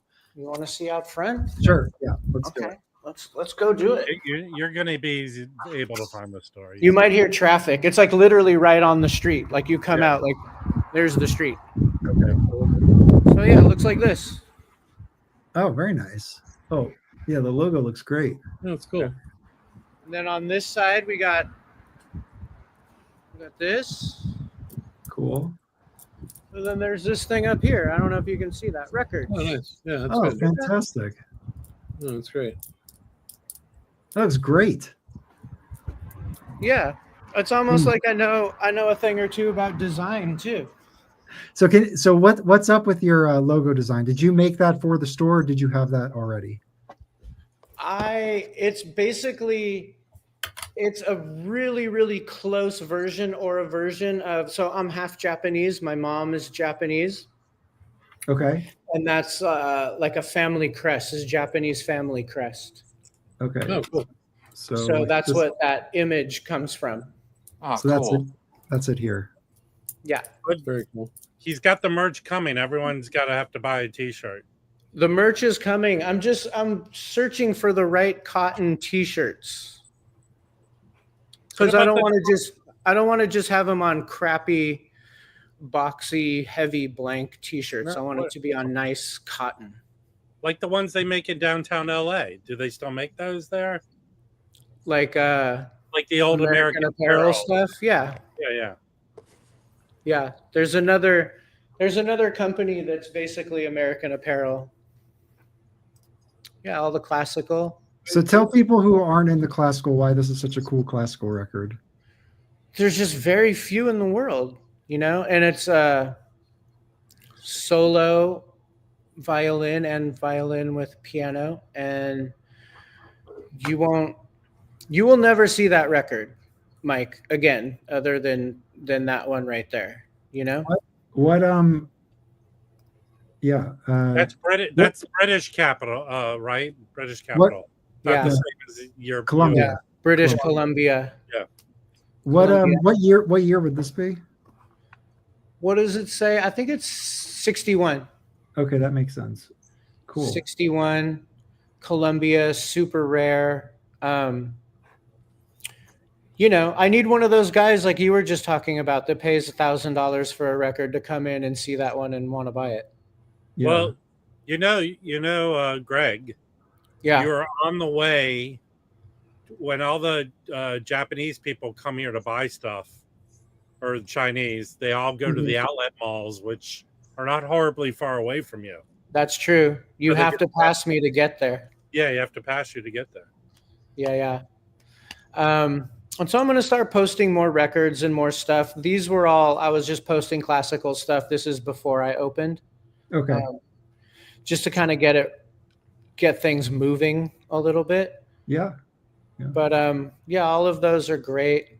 That's a great record. Do you have that? I do not have this one, but I do have Hampton Hawes on contemporary, a good amount of it. This looks great. Mm-hmm. Well, I have that. Yeah, that one in particular is a really, really great record. So what are they doing on this? They are... I like how you're now flipping through my Instagram the same way you go through Wikipedia. Yeah. That's a cool record. That's a great record. I've still got that one. Oh, it's a promo copy, looks like. I sold a copy of it in my last auction. Cool. Yeah, you got it. Yeah, the white Impulse is cool. Yeah. Super cool. Well, I have this one too. Where'd it go? Oh yeah, this one. I got this Michael White also. Yeah. He has a great selection There's a of promo music. too. Music Matters and classic records, reissues. All right. So for people who are joining the stream now, which probably very few people are, just say your address one more time. And what are your business hours? Are you closed any days? I'm closed Monday, Tuesday. Okay. The address is 2993 Thousand Oaks Boulevard in Westlake. It's on the Instagram, the address. And yeah, subscribe to the Instagram someday next week. I'm going to auction, whatever, giveaway, raffle this off. I and shot send it footage. out. I'm gonna make a video and post it. I shot some flipping stuff. Oh, yeah, cool. There's some good looking stuff in there. Yeah. Cool. Yeah. This is a good one, too, that you almost never really see out in the wild. Yeah, that is good. Damn. In Yeah. fact, the Lee This Morgan one- box that came with a 7-inch. Yeah. This one you don't see very often. No, Oh, yeah, I have that. That is a pretty awesome record. This is a great one. We listened to this the other day while we were pricing records. Is that the stereo or the mono? It's a stereo? Yeah. There it is. Stereo, yeah. Okay. Division of stereo. Here's Okay, a- I'm gonna split, and you guys can get back to your Roy Hargrove. Excellent. Who Rob told me, he's like, oh, they're gonna do a deep dive on Roy Hargrove. You got any of his records? I was like, I don't think so, man. I don't. Do you No, have but I looked on Discogs. I'm like, no, I don't. We don't have any. Well, please come up and give us updates when you have anything you want to share. I will for sure. Thanks for having me on. Okay. Absolutely. And let's do a classical bums at some point when we I'm can so all get lazy with together it. and do it. I got I plenty since the last time. I had so much passion for classical, but then digging into that history was eating into my jazz history time. And jazz ended up winning out. I was like, I can't. Because the level, because like the classical repertoire is a thing to study. Like it's a lot. Yeah. So It's massive. And it's also like a journey that you kind of have to go on yourself because, you could even take me and Mark Ward and Michael Poetry, and the three of us could not agree on whether this is the pressing or this is the performance. And, everyone has their own opinion, and it takes time to get multiple versions of a performance and listen to them and figure out what you like and what conducting styles you like. But we really should do a stream, especially since you have that shop and you're. Mm-hmm. I feel like it could bring a kind of a cool aspect to it to kind of talk about the records that you have. Yeah. So. I mean, I also we're talking about jazz and I have other music, but it's like I really want to reach out into the classical world, and find those people. Like I know they're here in LA because when I go to other shops, shop owners are always like, yeah, there's like you and like 10 other guys that are just weird. They come in all the time looking for classical, so yeah, and we're out there. Yeah, and like I think if we do a live stream, we could help turn people onto it. Sure, yeah. And I think that's the key is to get people interested in the music and knowledgeable about the pressings they want to go after and all that type of stuff. There's some really fun stuff to hunt. So, I mean, and it's just beautiful music. It's just great art, Yep. And when you listen to, my like Parker's always talking about Stravinsky and of course. all those guys that came over during the war. Well, they're nearly contemporaries, It's Exactly. like they're almost in the same generation. And with that lens, when I listen to that stuff, it really helps me engage with it a lot more. Mm-hmm. Yeah, So, yeah. There's Okay. definitely reason. Okay, Thanks, guys. Joe. I will see you soon. I'll talk to you soon. Bye. Later. Bye. All right, so we wanted Rob to show all his Red Garland records. Hey, listen.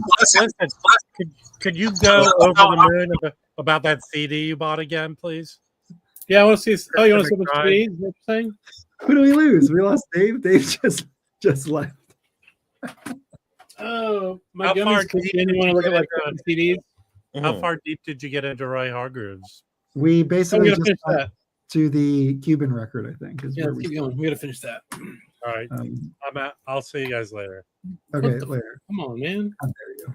I don't have any Roy Hargroves. I'm Oh, useless. you can still look at them and talk about them. Come on. Get out of here, Rob. There's a basketball game I was watching, man. Oh, okay. Yeah. Go out and write instead. Okay. So let's do All right. Roy Hargrove with strings or the basketball game. All right, let's do Roy Hargrove with strings. What's the score of the game, Mike? I don't know. It's close. Okay. So every time I can't see it from. Oh, 9. It's tied. I was listening to just like the news, and there were people complaining about the time between games. That it's like really making the season feel like extra. Yeah, long. they always do this. Yeah, it's annoying. I've always hated that. It's like, come on, get it over with. Yeah. I'm really excited about the NHL Stanley Cup Finals. Edmonton's in there. Right. I'm hoping Edmonton wins this. I mean, it would be great after Trump tried to say Canada was going to be the 51st state if they finally win the Stanley Cup back from America after 30 years this year. That'd be sweet. So, yes. Okay. All right. So next up is Roy Hargrove with strings. Mm-hmm. So Roy's looking fresh. What do we got? So this is 2000. Did we jump to 2000? We did. Okay. So it looks like his output is getting stretched a little bit. So like there were a couple put out in 95, then 97 was the Habana one, and then 99 is the strings one. So this kind of, or 2000, I guess recorded in 99. But you go to my head, always and forever. I'm a fool to want you. So these are standards. Yeah, that's all the trumpet players, have to do it. I don't know. There was that time where if you're a trumpet player, it's not that many on a major label, you have to do, you wanted to do your strings thing. Yep. Okay, that makes sense. And I feel like, did you say a trumpet player in particular? Yeah, or just because of Clifford Brown. Exactly. Oh, yeah. Yeah, for sure. That makes It's sense. funny how influential, like, I do feel like Roy Hargrove kind of fits into that, I don't know, into that lineage, I guess. Yeah, I like- somewhat, but he's a little dizzy in there too, and especially and it's especially when you start doing the big band stuff. There's Dizzy? it's that dizzy influence. Yeah. Okay. So how do you like that one, the strings one? It's okay. It's nothing to write home about. Man, come on. It's that I just hate that a lot of those the trumpet player string things. It's that maudlin. So it's just like sometimes it seems like the whole mood is the same throughout the record. Right. And I won't. That's not the sort of string thing I can deal with.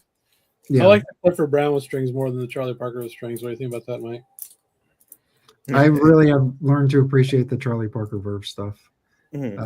It took me a little bit, but I think having his Dial and Savoy stuff really kind of well listened to. Going into the later stuff, I think it's kind of think it's just as good. It's different, But That's great.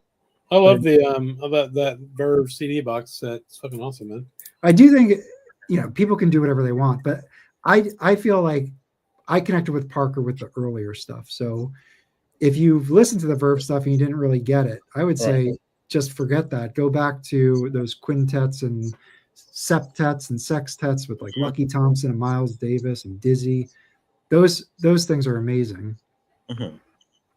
Okay. Probably said that 1,000 times on the stream. You know what? I was talking to my kid about bebop on the way when I was taking her to her friend's house because I was, I love to trap her in the car and talk to her about jazz for 30 minutes. But I forgot what I was going to say now because I'm high. Fuck.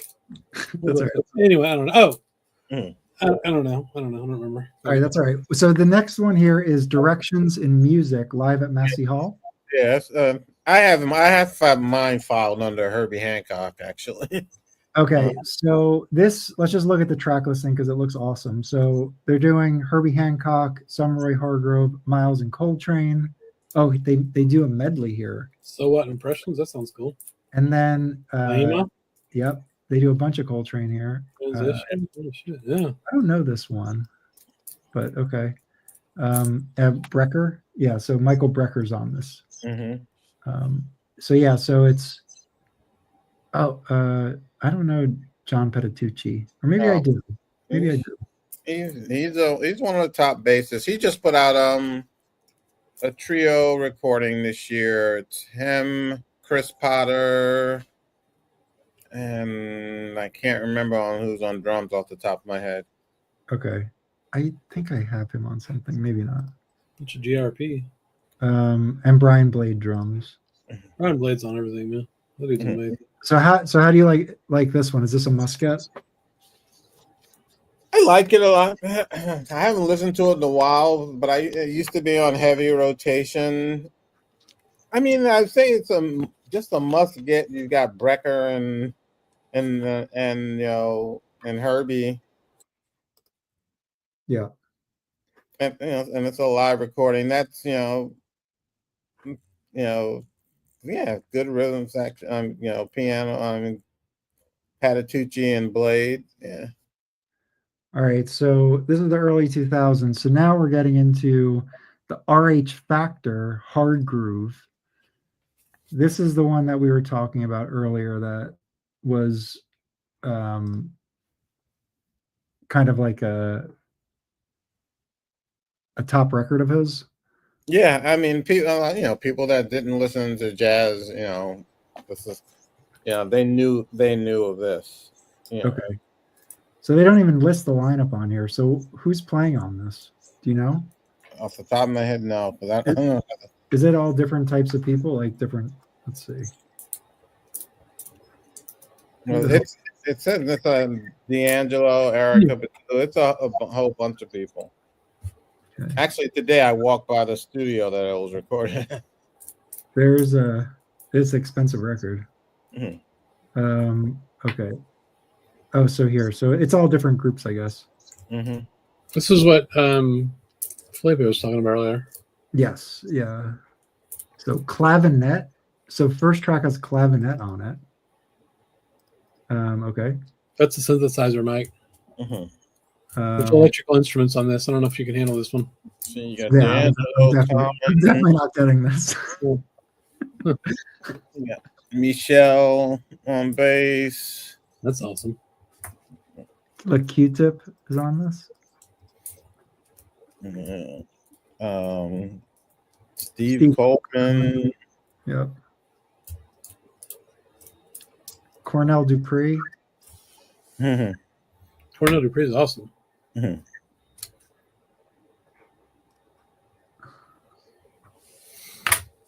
Very cool. Okay. Work, man. So this seems like a classic of his. Would you say this is his most famous record? Yeah. I mean, because I'm sure more people outside of jazz know about it. Mm-hmm. Right. And it looks like there's an EP with some unreleased tracks that was also put out, probably because it was so successful. Mm-hmm. 2005, Nothing Serious on Verve. Yeah. I have that. This is where his whole arranging, it's sort of another shift for him. But I think maybe Slide Hampton. Yeah. Did he do the arrangements on this? I'm not even sure. He plays on it, but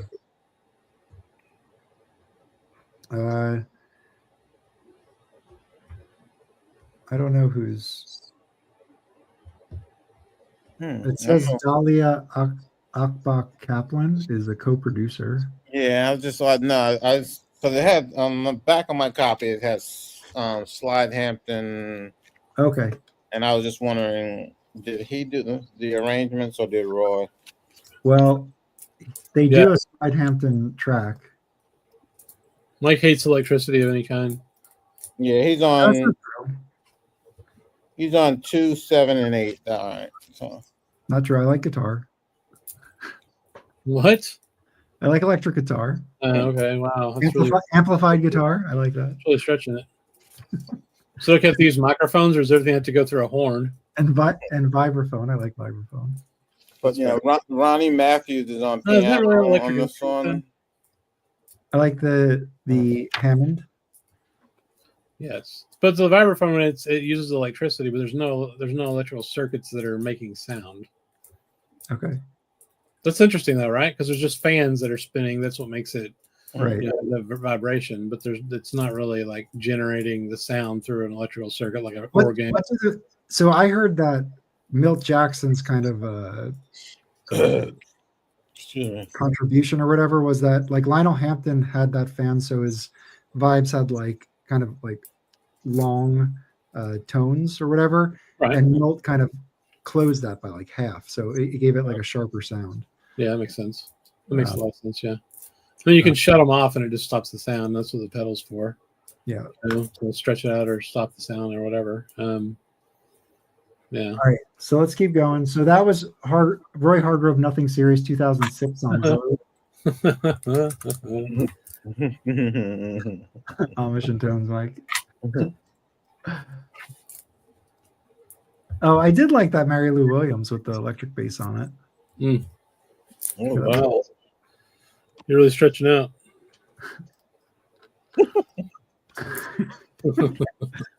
Well, when Miles used the electric trumpet, or when come on, I'm not listening.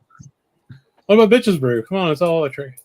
I like bitch. No, I I mean, it's silly for me to say I don't like electric. I used to not like the blues either, so it's okay. Yeah, don't listen to anything I say. All right, so the next one is another RH Factor. So is the RH Factor like his brand? Or like, what is this? Like it's a group, a conglomeration of musicians. This group, they came out with that, hard groove record to begin with. These are other records they put out, I guess, right? Yeah. Mm-hmm.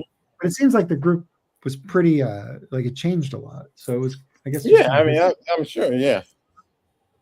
So this is Distractions. So this came out in 2006. So he's 30, he's probably 36 and 35, 36. Uh-huh. And what do we got?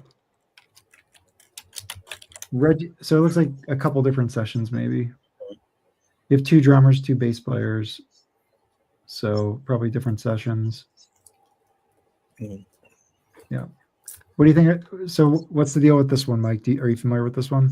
Not this one, no. Not this one. It's got bad words on it. It's got to be good. Got that old school parental advisory sticker. Nice. Oh yeah, that's cool. Yeah.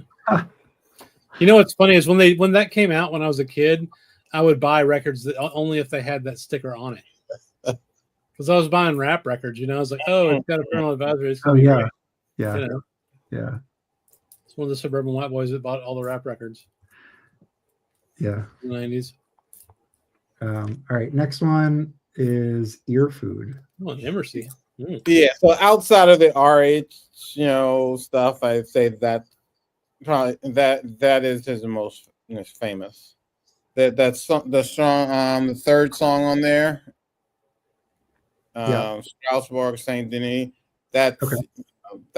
You'll see that in videos associated with Roy Hargrove. There are live performances of it. There is a limited edition Japanese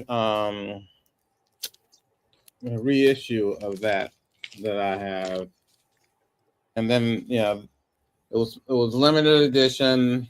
Then it went. Then I guess it went out of print or whatever. And then 3 days ago they said that they're putting up 300 more, and I think those may be gone.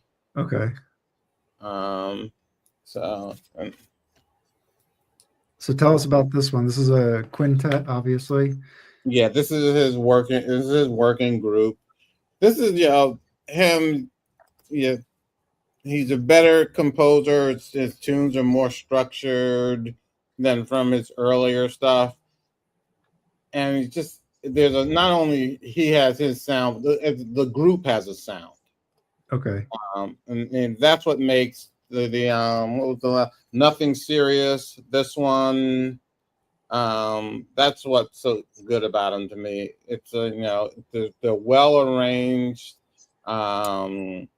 he's really become confident in arranging for small and large ensembles. So it's just really. I'm looking at some of these, and most of these are his compositions. I think. There's It looks like it's Low and Bring It On Home. I think.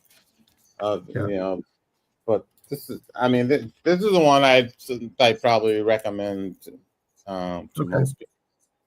All right, I'll check that out. Cool. Let's keep going. And this is also where I guess it really started with the one before this, where he's like interested in like the sound, how his records are recorded and they sound, because starting with the last one, but his records began to be engineered by Al Schmidt, and then mastered by Doug Sachs. So he and even in his insert in here where he talks about the sound, how he was really conscious of making a record that sounded really good. I got a favorite release of the year. Yeah, we got a question from Marvin. Marvin, the member of the channel. What's everyone's favorite new jazz release this year so far? I've been way out of it. That's so tough. I'll go with this one for me. Smack Real Trio is really good. Yeah, that is good. I like it a lot. As far as like a new artist releasing a record, I haven't bought probably anything else this year, really. But for me, I didn't buy this one. It was a gift. I'm going to say the Steve Lehman trio with Mark Turner Braxton LP. I really like I forgot the name of it now because I just started sampling it today, but that bass player with Tyson Shorey and Linda May. I forget their names, so I can't look at, so I'm not going to be able to pull it up right away, but anyway, we showed it earlier in the stream if you want to go back. Who put out that record? I'm trying to remember who it is. There was one that was it was like dedicated to the big band director guy from like 100 years ago.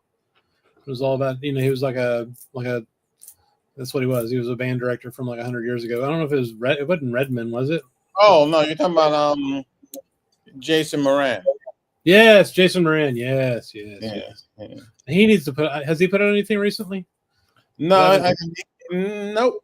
He's touring with Charles Lloyd right now. Oh, that's cool. I wish he'd come to Texas. That'd be sick. This is what I was stumbling through this. This is the release. I just dropped it in the chat. There's no physical release of it, so it's only digital. But there's a song available to stream. If you go here, I might buy it and then burn it to a CD so I can listen to it in my CD player. Sorry, ignore that first link. This link gets you to the exact release. So you can sample one track, but it's this trio, and it's pianoless trio.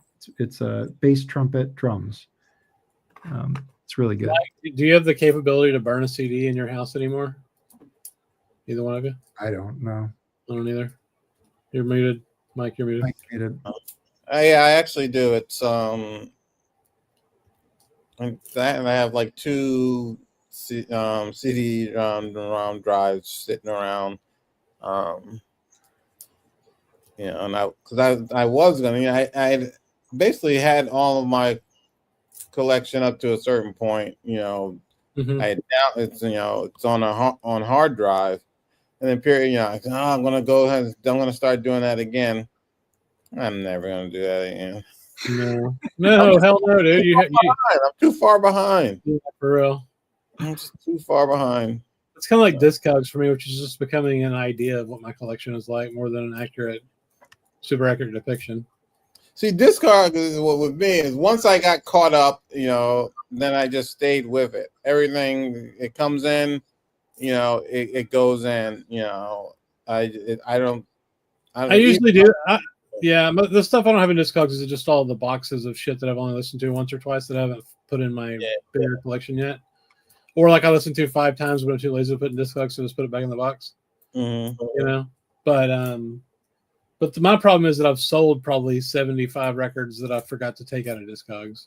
I do that. That's where I fall as well. Which isn't the worst, but it's also not the best.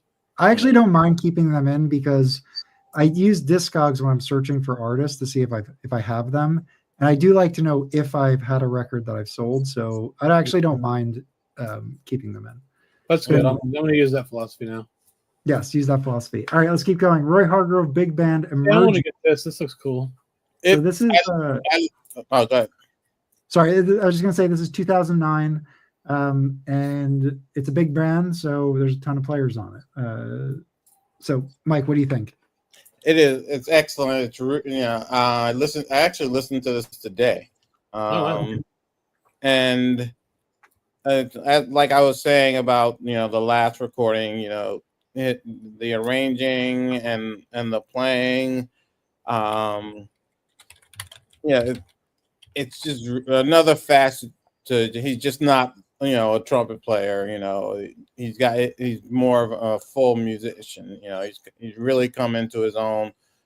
In terms of not just what straight ahead, just in terms of everything.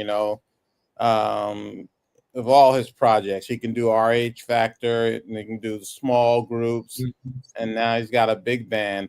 And the Roy, this was done in conjunction with, I know on the back of the CD, the Jazz Gallery, because Roy Hargrove was one of the founders of the Jazz Gallery. And, that's right. Yeah. And so, but now they have presently at the Jazz Gallery, they have the Roy Hargrove big band that plays there. Let's see there, the Jazz Gallery presents. Okay, yeah. I didn't even. Actually, I haven't checked them out yet, but I'm going to make a point to check them out. We're going to the Jazz Gallery. Yeah, tomorrow. Right? Yeah, so it's apropos. Mm-hmm. What are y'all going to see tomorrow? We're going to see Tyshawn. Who's the lead on it? It's him. He's the lead. It's like his interpretation of Max Roach's Members Get Weary. Oh, cool. Yeah. So, appropriate. Yeah. For our times. Yeah. So that's really good. And this is another, that other album is also the other Roy is, I think, one of the ones that were recorded by the same people, recorded by Al Smith and mastered by Doug Sachs. Yeah. So this is it here. So Jazz Gallery 30. So they were founded in 95. Mm-hmm. Okay. Yes, great show for No King's Day, Marvin. Agreed. Cool. All right. And his last, there's some posthumous releases which we'll get into, but his last was in 2010. Sorry, let's pull this up. Tyshawn, bro. Here we go. Did we talk about the standards one I have? Well, that's a video. This is a video. Is it DVD? Yeah. Is that what that is? Yeah, DVD. Okay. I've never seen that. I have to find that. Okay. All right. So all right. For posthumous releases, we have In Harmony with Mulgrew Miller on. That's the record store day. Yeah, that's the ones I've put out. So that's this one. What's that going for now for a LP? They can't be, because they were selling it like really cheap, or the steep discount a couple of weeks ago. $20 months ago. Because I actually bought another copy for someone, and it was. Yeah, I would recommend people pick this up. Now, there was a lot of these that had kind of a weird like interference noise on side 3 for a couple of seconds, but there was a hullabaloo about this one. But I mean, beyond that, that was during the pandemic, and oh gosh. Yeah, it was a big fucking deal. Remember, Mike? Remember freaking out? Yeah. There were but I also paid like $50 for it, so I was kind of pissed that it did have that. But, it wasn't $20 like it is now. So there are 2 sessions, one in 2006, one in 2007. And they're different groupings, right? Or is it just a duo It's on him, both? him and Mogul, right? Yeah, it's just him and Mogul. Okay. Yeah. It's great. All right. And Zev's the producer of this. I pretty much buy any CD I see that has Mulgrew Miller on it. Generally, That's a smart move. yeah. Let's get rid of this. And like Tane, if he's on something, I'm like, yeah. Yeah. Okay. So You know what I mean, man? It's just like, yeah, it's probably good. then we got Okay. This one? Oh no. Then, here we go. This. It's 2023. Yeah. So this is Jazz posthumous. yeah. All right. Here's the story behind that. He Jazz at Lincoln Center had started, and they gave a commission to Roy Hargrove to write a suite, write a lodge on. Oh, cool. And there was a big to do about it. People were like pissed. They were like, "Why are you giving it to him?" They're older musicians that the same old thing. They're always like, "Oh, why are the young guys getting this? Why they're the older musicians that could that need the commission more or whatever." Well, dude, if you don't have younger musicians making money, guess what? There's no more jazz. It's a nonsensical argument. Nonsensical. But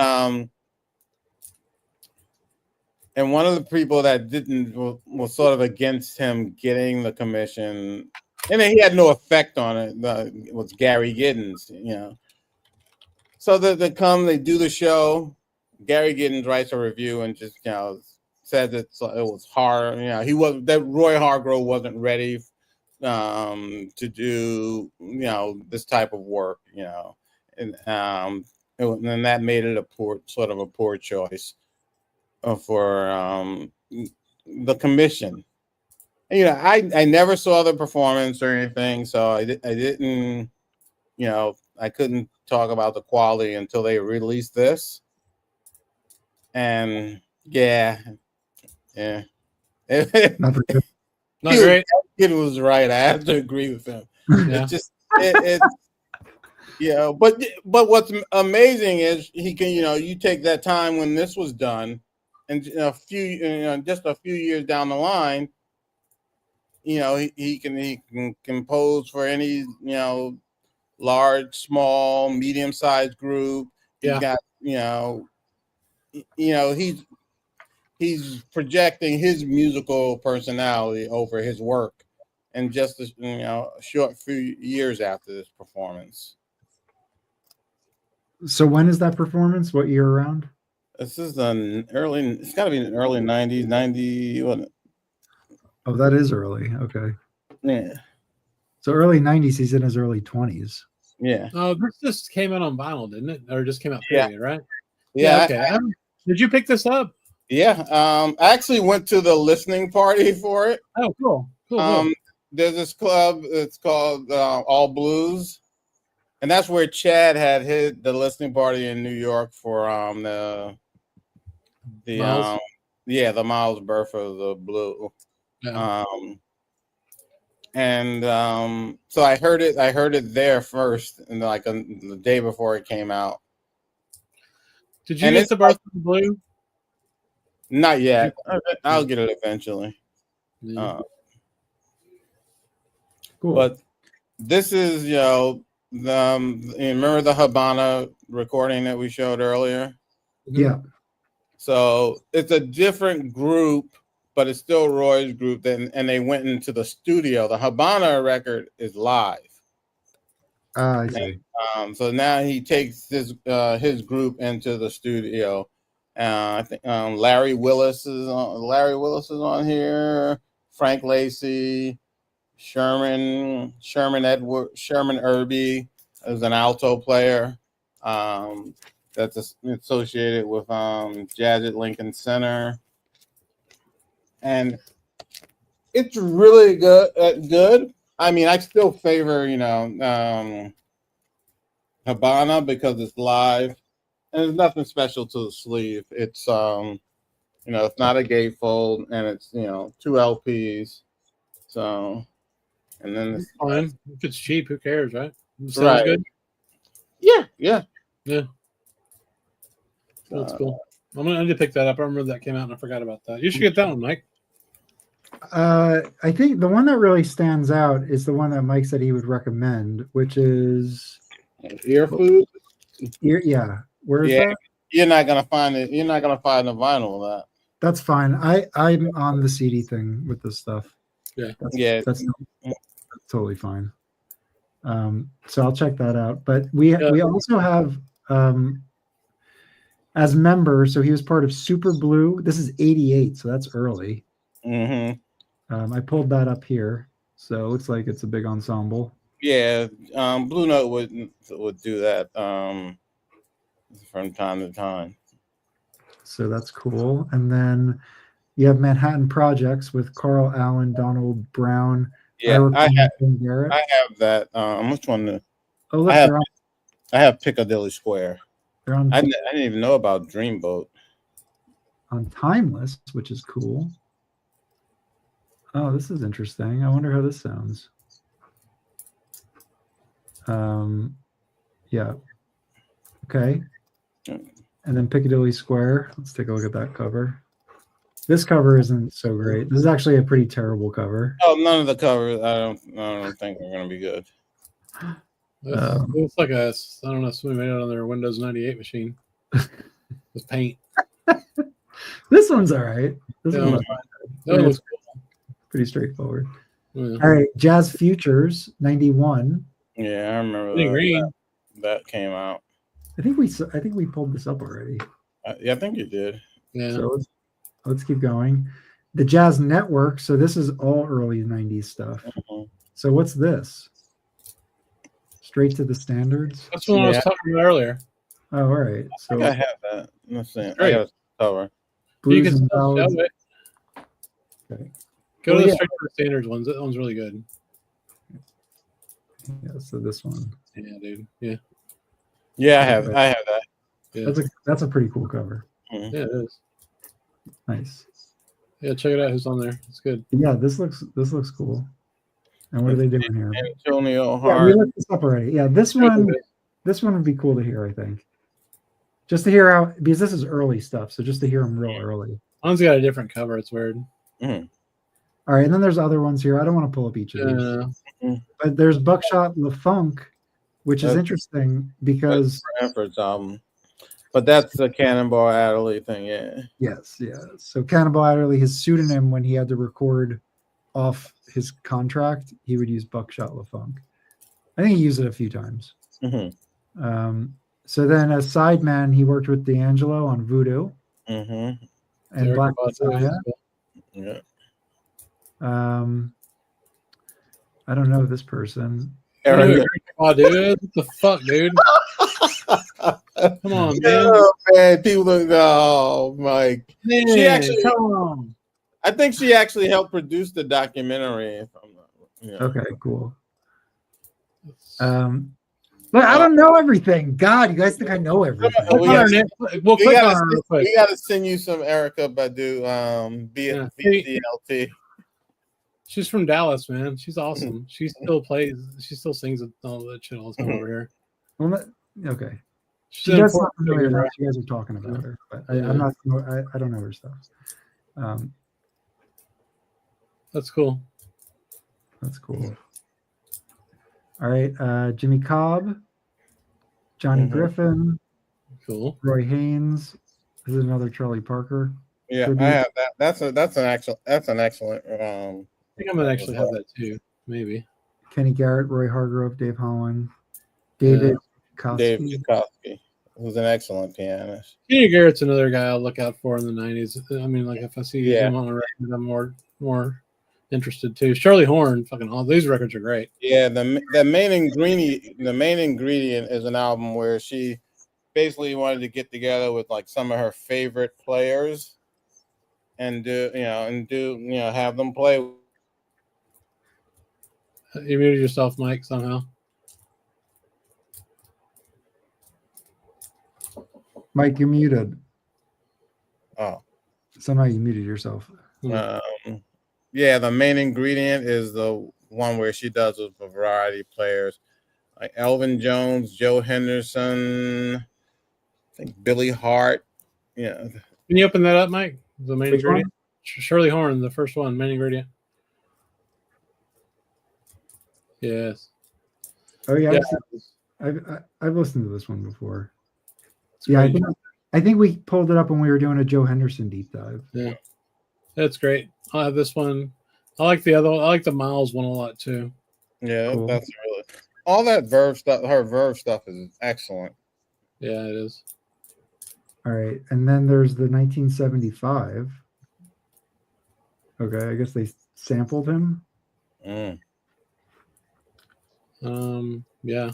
Right? Aren't they like they're English pop rock band? Okay, that's They cool. must use some of his solos or something. We looked at some of this stuff already. Yeah. So That- Ralph, All right, the Ralph Moore that's a really excellent one. Furthermore, and okay. it's actually available on vinyl too. I know that. It was like That's a Landmark. Yeah, Landmark's cheap too. yeah, and Hmm. that's you got Roy Hargrove, Benny Green, Peter Washington, Victor Lewis, Kenny Washington. Just excellent, excellent personnel.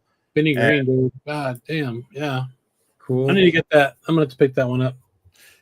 This is a freaking excellent album. Lee Morgan. Yeah. Bruce Cables. Wow. And Abby Lincoln sings on two cuts. She does probably the best version of 10 Cents a Dance that I've ever heard. All Music gave it 3 stars. I wonder who that was. Probably the clown. No. Oh no. But this is a really beautiful Frank Morgan album. The version of Wayne Shorter's Footprints is excellent. Is that on a Jackie McLean record? Rhythm of the Earth. Wow. All right, so then we have Antonio Hart for the first time, Charles Fambro, The Proper Angle, Sonny Rollins, Here's to the People. Yeah, on that, Sonny has a song called Young Roy. No, yeah, it is. Yeah. That's pretty cool. Cranshaw, DeJohnette, Al Foster. Is this record any good? I'm scared of that earlier Sonny. I just haven't really bought much of it. No, it's not. It's good, but it's not essential, Sonny. Sure. And maybe second level Sonny being kind. Okay. Yeah. I mean, it's I was never the guy on the piano, Mark Soskin. Mm-hmm. I was never a fan of the groups with Mark Soskin. Sonny's groups with Mark Soskin and the trombone player, who I think was like Sonny's nephew or something like that. You played with Sonny a lot. Not the biggest fan of those groups. But that doesn't mean that they did some good stuff. I wouldn't mind checking out some of that Milestone stuff. Maybe. So I haven't checked out any of his Milestone stuff. That might be interesting to check out. That guy's on all of them, it looked like so. Yeah. He plays with Jackie McLean. Yeah, that's I This have one with that. the Egyptian thing on it? No. There he is. Birdology. How's this one? See, this is Jackie. I guess he was maybe even still teaching there. I'm teaching because a lot of those people in that band were his students. Oh, cool. And like Steve Davis on trombone, Nat Reeves.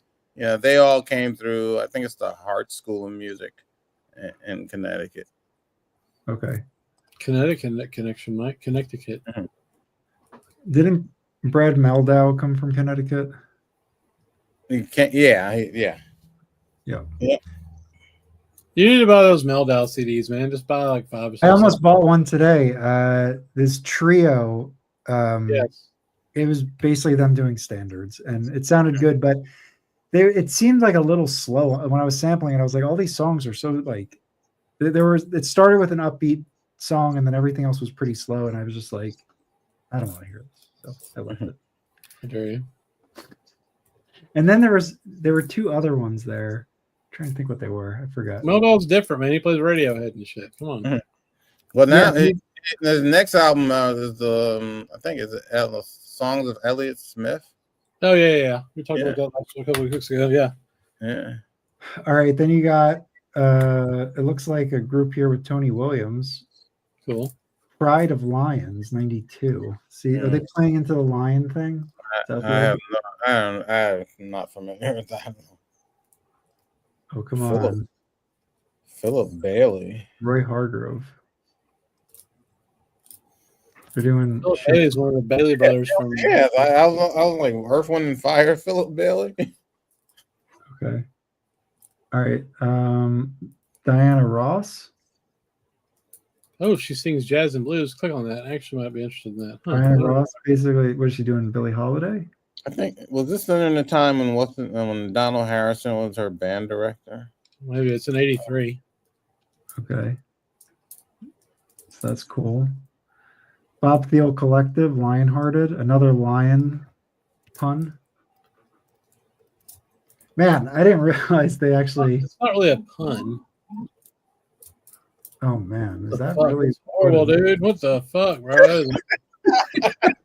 Why does he look like that? What the fuck's wrong with him? Man. Jesus Christ, look, bring that up again. Oh, Look at all leaning into the camera. He's like, what the fuck's going on there, dude? Jesus, Bob. How did he think that was a good idea, man? Wow. Robbie Coltrane's on it. Yeah. Robbie Coltrane. That's someone we should Gary deep dive. Barron's on it. It's probably good, but geez, Gary Bartz is on it. Chris, Okay. our next deep dive should be Robbie Coltrane. Yeah, well, I don't think so. It won't be that long. Yeah, he just hasn't recorded that much. I mean, that leader, definitely. Okay, Mad Fat. Okay. 4.5 stars. Huh. David Gilmour. Whoa, that's interesting. What does it say about it at the top? Like, what the hell is this? 4.5 stars. The very organic quality of the music on Tao is true measure of how successfully Coleman and his collaborators have extended the tradition in innovative new directions. So it looks like this is all compositions by Steve Coleman. Yeah, I have a lot of Steve Coleman. I do not have that one. Okay. Let's keep going. Rodney Kendrick, The Secrets of Rodney Kendrick. Yeah, I think I have that. I'm almost sure I do. I gotta see the cover. Yeah, I have that. I haven't played in a year. That's a 93 cover too. Did he have one with like a giant suit on? You remember those big ass suits? Yeah, I remember the suits. Yeah. Coat come down past your knees. Houston Pearson, Kenny Garrett. Houston Person, bro. It's not Pearson. Oh, sorry, Person. Rob's polluted the world by calling him Pearson. Is that's probably where he got it from? Wow. David Sanchez. Okay. This is a good recording. All right. Columbia. Yeah, they were all on Columbia. On Columbia, back when they were signing people. I saw the first time I saw Brad Meldau. He was in David Sanchez's group at the Vanguard. Oh wow! We get there, and it said it was a quartet, and don't lose that. But then what's the name? It was the trio, and then no piano player, no Brad Meldau, and they just start playing as a trio. And then you see Brad Meldau comes down. He comes down the stairs, late with his with the heavy flannel shirt on and everything. This is when he was having his problem, his substance abuse problem. Okay. And, but yeah, that was the first I saw him. He was in David Sanchez's group. All right. What about this? This looks like has a great. I think earlier this week, Mark Carey, who played in Roy Hargrove groups, he announced that I think it's the 35th anniversary of this coming up. Oh, okay. And he's gonna do a limited run of vinyl. Oh, sweet. That looks cool. That sounds cool. Yeah, Oh, I like Ninja? yeah, I guess he has the rights, or now maybe he has the rights to it. Cool. I'm adding this to my want list. This looks cool. Has there been Ninja reissues of any kind? I can't really. Yeah, Has yeah. there? Okay. Recently, I don't know. The one I got recently was actually one of those Japanese jazz records that they did. Yeah, that's the most. That's the one that comes to mind because it's on the floor right now because I'm trying to file stuff. I hear you. I have Alright. this. I like this a lot. Got Christian McBride, Yeah, I like this one. Ray Hargrove, Joshua Redman. This looks good. Yeah. How is this one? It's good. I think this is his first one as a leader, also, or first or second. I'm not even sure. Well, they do Splanky. Yeah. I thought Splanky was a bassy song.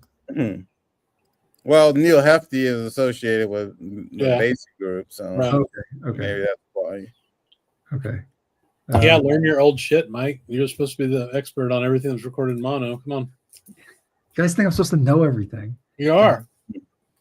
All right. Oh man, bunch of McBride tunes. I like that one though. I mean, it wasn't like I was not blown away, but I enjoyed it. It's one of those things where it seems more like like he's hampered by the record company. I mean, yeah, that or they were just playing it safe, whatever. Yeah. We get the young guy, we get all these guest stars, and we do. He did play a lot of his own tunes though, which is kind of cool. Yeah, but it just Yeah. seems I don't know. It just doesn't seem like. I mean, he had played with he played with those guys, yeah. Like Yeah. But it just I don't know. It just seems a little packaged. Yeah, that's fair. Okay. What about that composer? What the hell is that? Cedar Walton. Wait, hold on. Yeah. Abby Lincoln. I'd be like, oh yeah. Oh, this is a great album. I didn't realize she was still putting shit out this late. Check that Oh, out. she had a whole renaissance on Verve. Did she? Yeah. How do they compare to like the Charlie Horn stuff? It's two different. I think they're both excellent recordings. They both have the best run of their lives with Okay. Verve. Okay, shit, that's all I had to say. Mhm. I mean, yeah, that sounds cool. I'll pick some of those up. All right, Cedar Walton, composer.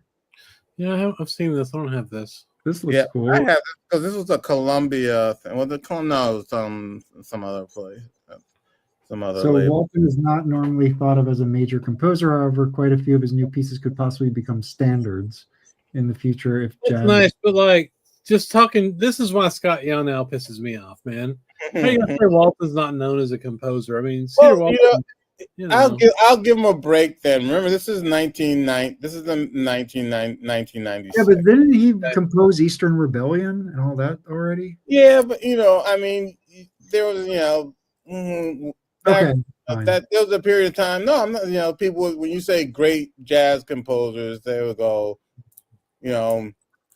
Right. Ellington, Monk, Mingus. Well, sure. Like if you're just talking about like the top three of the pantheon. Yeah, but they wouldn't. They just and no one like it. Just wasn't. I think he started getting his respect more and more shortly after '90s. Right. That period. Mike, I showed this earlier. This is Al Haig doing Bud Powell. Do you know this?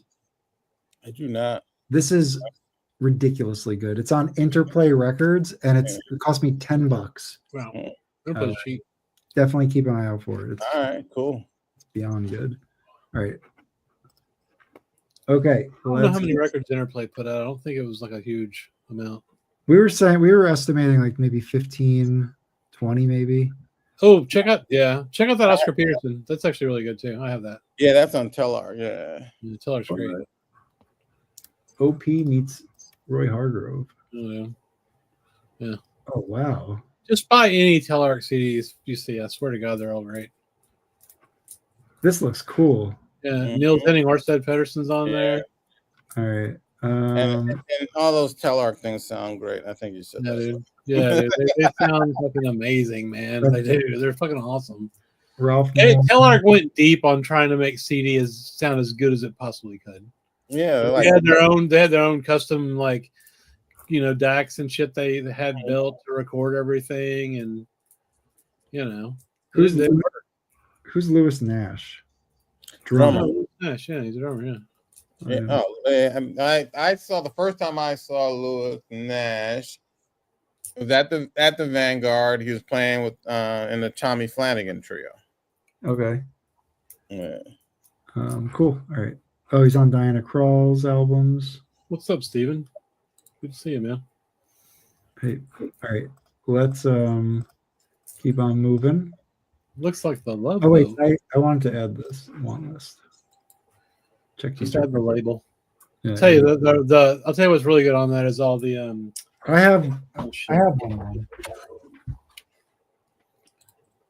Ray Brown. That's what I'm thinking of. All the shit Ray Brown put together on Tell Yeah. Awesome, Yeah. man. And he did some shit. That's where I really got in. I think didn't him and Benny Green do some shit on Telarc too? Yeah. Yeah. That's Yeah. just great. Mm-hmm. Really great. This one here, Ray Brown. Yeah, exactly. That's great. So, yeah, some of my best friends are Benny Green, Ahmed Jamal, Jeff Keezer, and Oscar Peterson. Yeah, it's him playing several tunes with each of those guys. Cool. Yeah, I gotta revisit that. All right.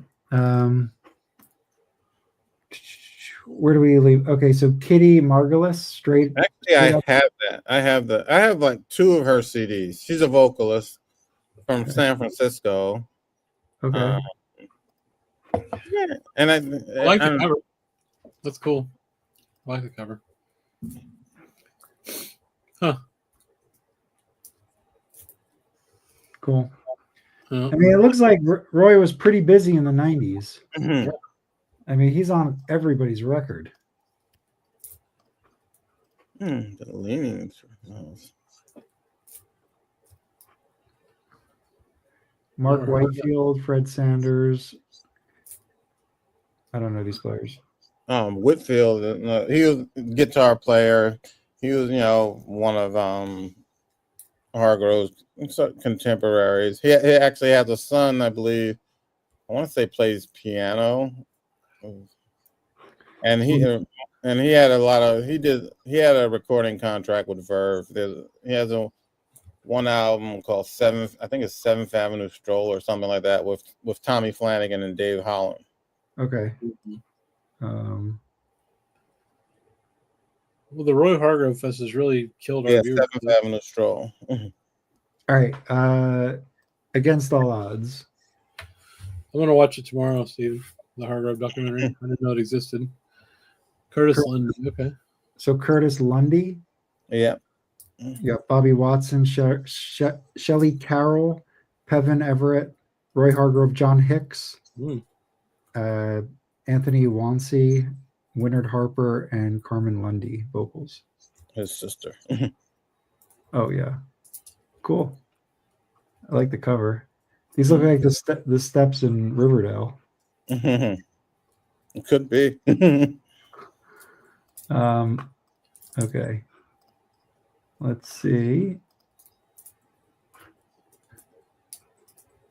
We're almost done here. No, we're not. Just kind of. All right, we can move through a little quicker here. Yeah. All right, so Common, he's on a Common record. Mm-hmm. It's notable. That's pretty awesome. Ray Brown Trio, some of my best friends. The trumpet player. So he did a trumpet player one too. I did piano. Okay, that's cool. Phil Woods Voyage. Let's look at that. Yeah, because let me see. I don't have that one.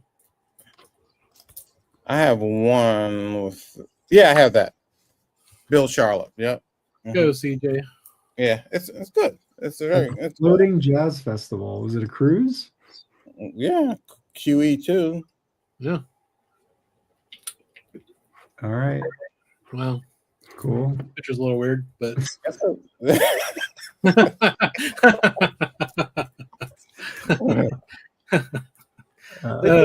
really good. It's a really good recording. Well, I love Phil Woods and I love that label too. So Bill Charlotte's awesome. So yeah, I'd check that out. I want to go on a jazz cruise with Phil Woods. He's dead. So recorded October, November. Queen Elizabeth II in various parts of the Atlantic Ocean. Oh, sick. Yeah. And while in Funchal Madeira, whatever the hell that is. I guess there's one date there. I wonder what date Hargrove was on. Probably all of it. Well, I don't know. What does it say? No, he's only on a few tracks. 2 tracks. Oh, okay. I think you're buying this more for Phil Woods. It looks awesome. Boz Skaggs. I didn't know Boz Skaggs had records in this century. All right. Nelly Cole, it's nice. Oh, John Mayer. Wait, look at that. What the fuck? I didn't know he was on a John Mayer record. What the fuck? He was dead by that point, wasn't he? Who? John Mayer. There are things. What? Let me pull it up. Yeah, of course. I have this record. Like, they probably sampled it. They had. Oh, no, it's 2003. oh, okay, yeah. Yeah, look. Does it say who's on it? What the fuck? Oh shit. No, It doesn't. What do you mean no? doesn't say. There's no trumpet. Oh, weird. Okay, that's bizarre. Oh, wait, let's see. No, yeah, this is weird. So maybe they just sampled it. I don't know. I don't know. Search for Roy and the. Oh, trumpet on the first track. Okay. And Questlove on drums. Yeah, I'll have to listen to that again. Cool. Randall Corson. Don't know who that is. Let's just take a quick look. God damn it. All right, we'll keep going. It's not even coming up with anything. Doesn't exist. Anki John Rose on Continuum? Holy shit. Temperate. Steve Davis, and he's also on Continuum. Yeah, click that. That's a kick-ass record. Yeah, it's a really good record. It has like a real Wikipedia entry. Yeah, it sold a lot of copies. Gravity, favorite songs. Was show the musicians. Oh shit! Here we go. Yeah. Where is he? Here he is. Horns on track 1 and 2. So he's on. Pino Palladino is on this record. He's like just a killer bass player. So. Oh, he's on Waiting on the World to Change. Yeah. Okay. Love that song. Yeah, that was a single off this. Right? Yeah, that was a single. Okay. We could do a John Mayer deep dive some other time. All right. John Beasley, Letter to Herbie on Resonance. Oh. Huh. Don't know that. Take a quick look at this. Cool cover. Somewhat. Better than that photograph that came up. Oh, Dude. man. Trish McBride, Tane Watts. Yeah. Okay. All right. Man. Yeah. Cool. That's got to be good. Shit. Okay, Marcus Roy Miller? Asif. I don't know that one. Do this quick. Origin. What the fuck? Virgin Records. I don't know. I'm out based on the cover alone. Quartet. I don't know. Does it say where it was recorded? No. No. I mean, I've got a number of origins in the recordings. Free improvisation. Interesting. It's free improv. Yeah. Huh. If Cool. it had a dragon on the cover, it'd be cooler.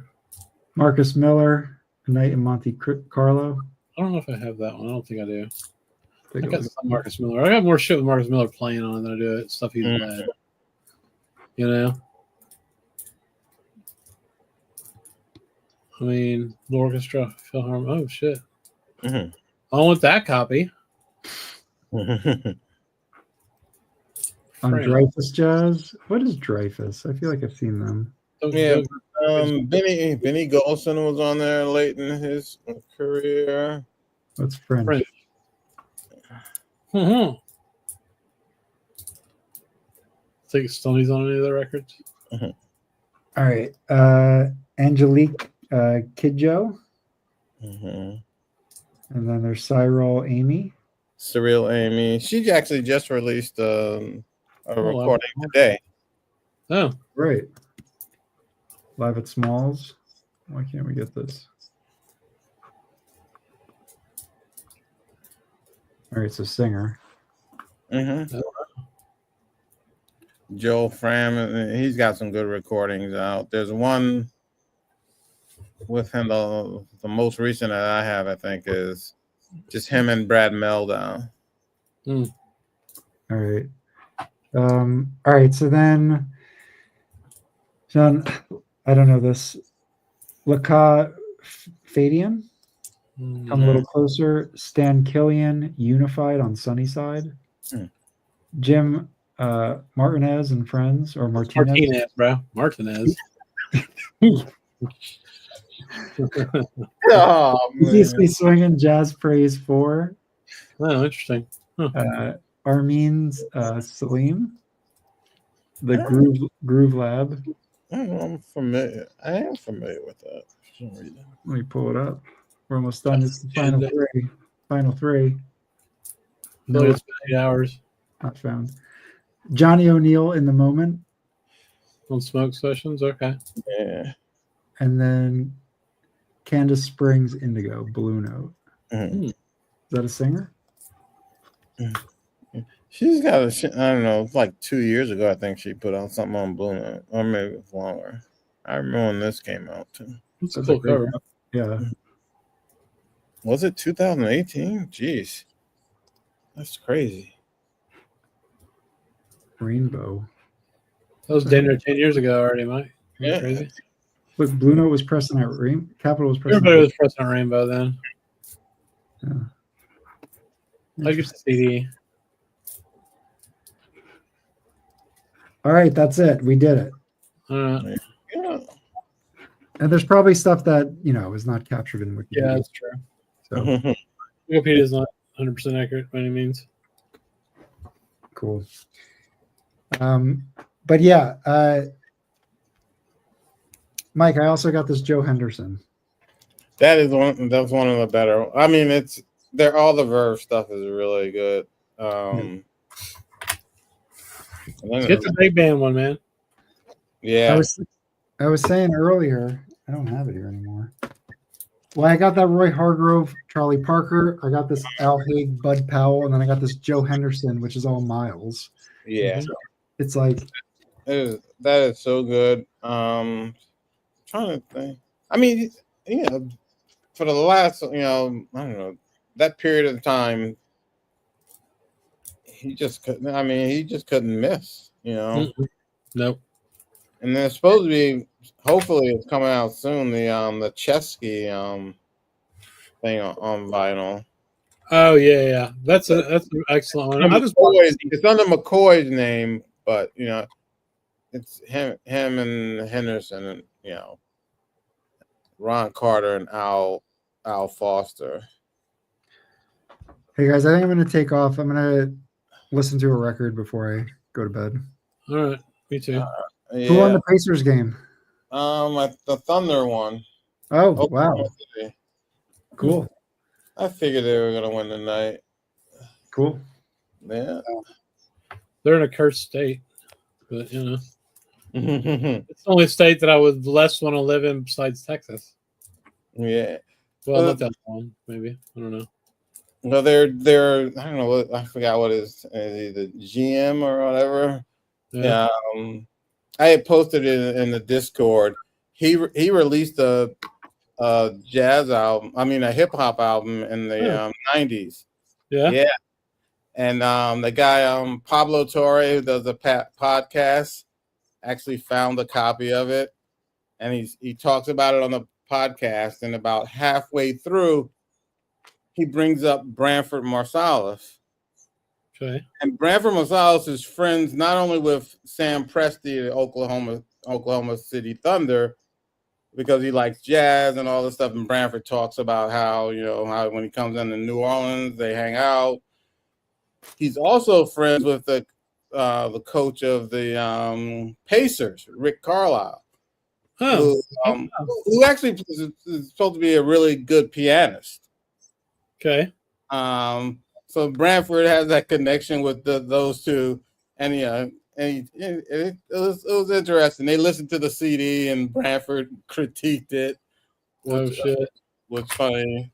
Check it out. It's a really interesting podcast. We'll check that out. All right, everybody. We'll have a great weekend. Happy Father's Day if you're a father. Happy Father's Day, Mike. Thank Yeah. you. Same to you guys. Not you, Mike. Well, you're a Happy Dog Father's Day. Ooh, Mhm. Happy Dog Father's Day. There you go. You have Thanks for joining and sticking with us, Mike. no problem, guys. All right. See you See guys. everybody. All right. See you tomorrow, man. Yeah. Oh, yeah.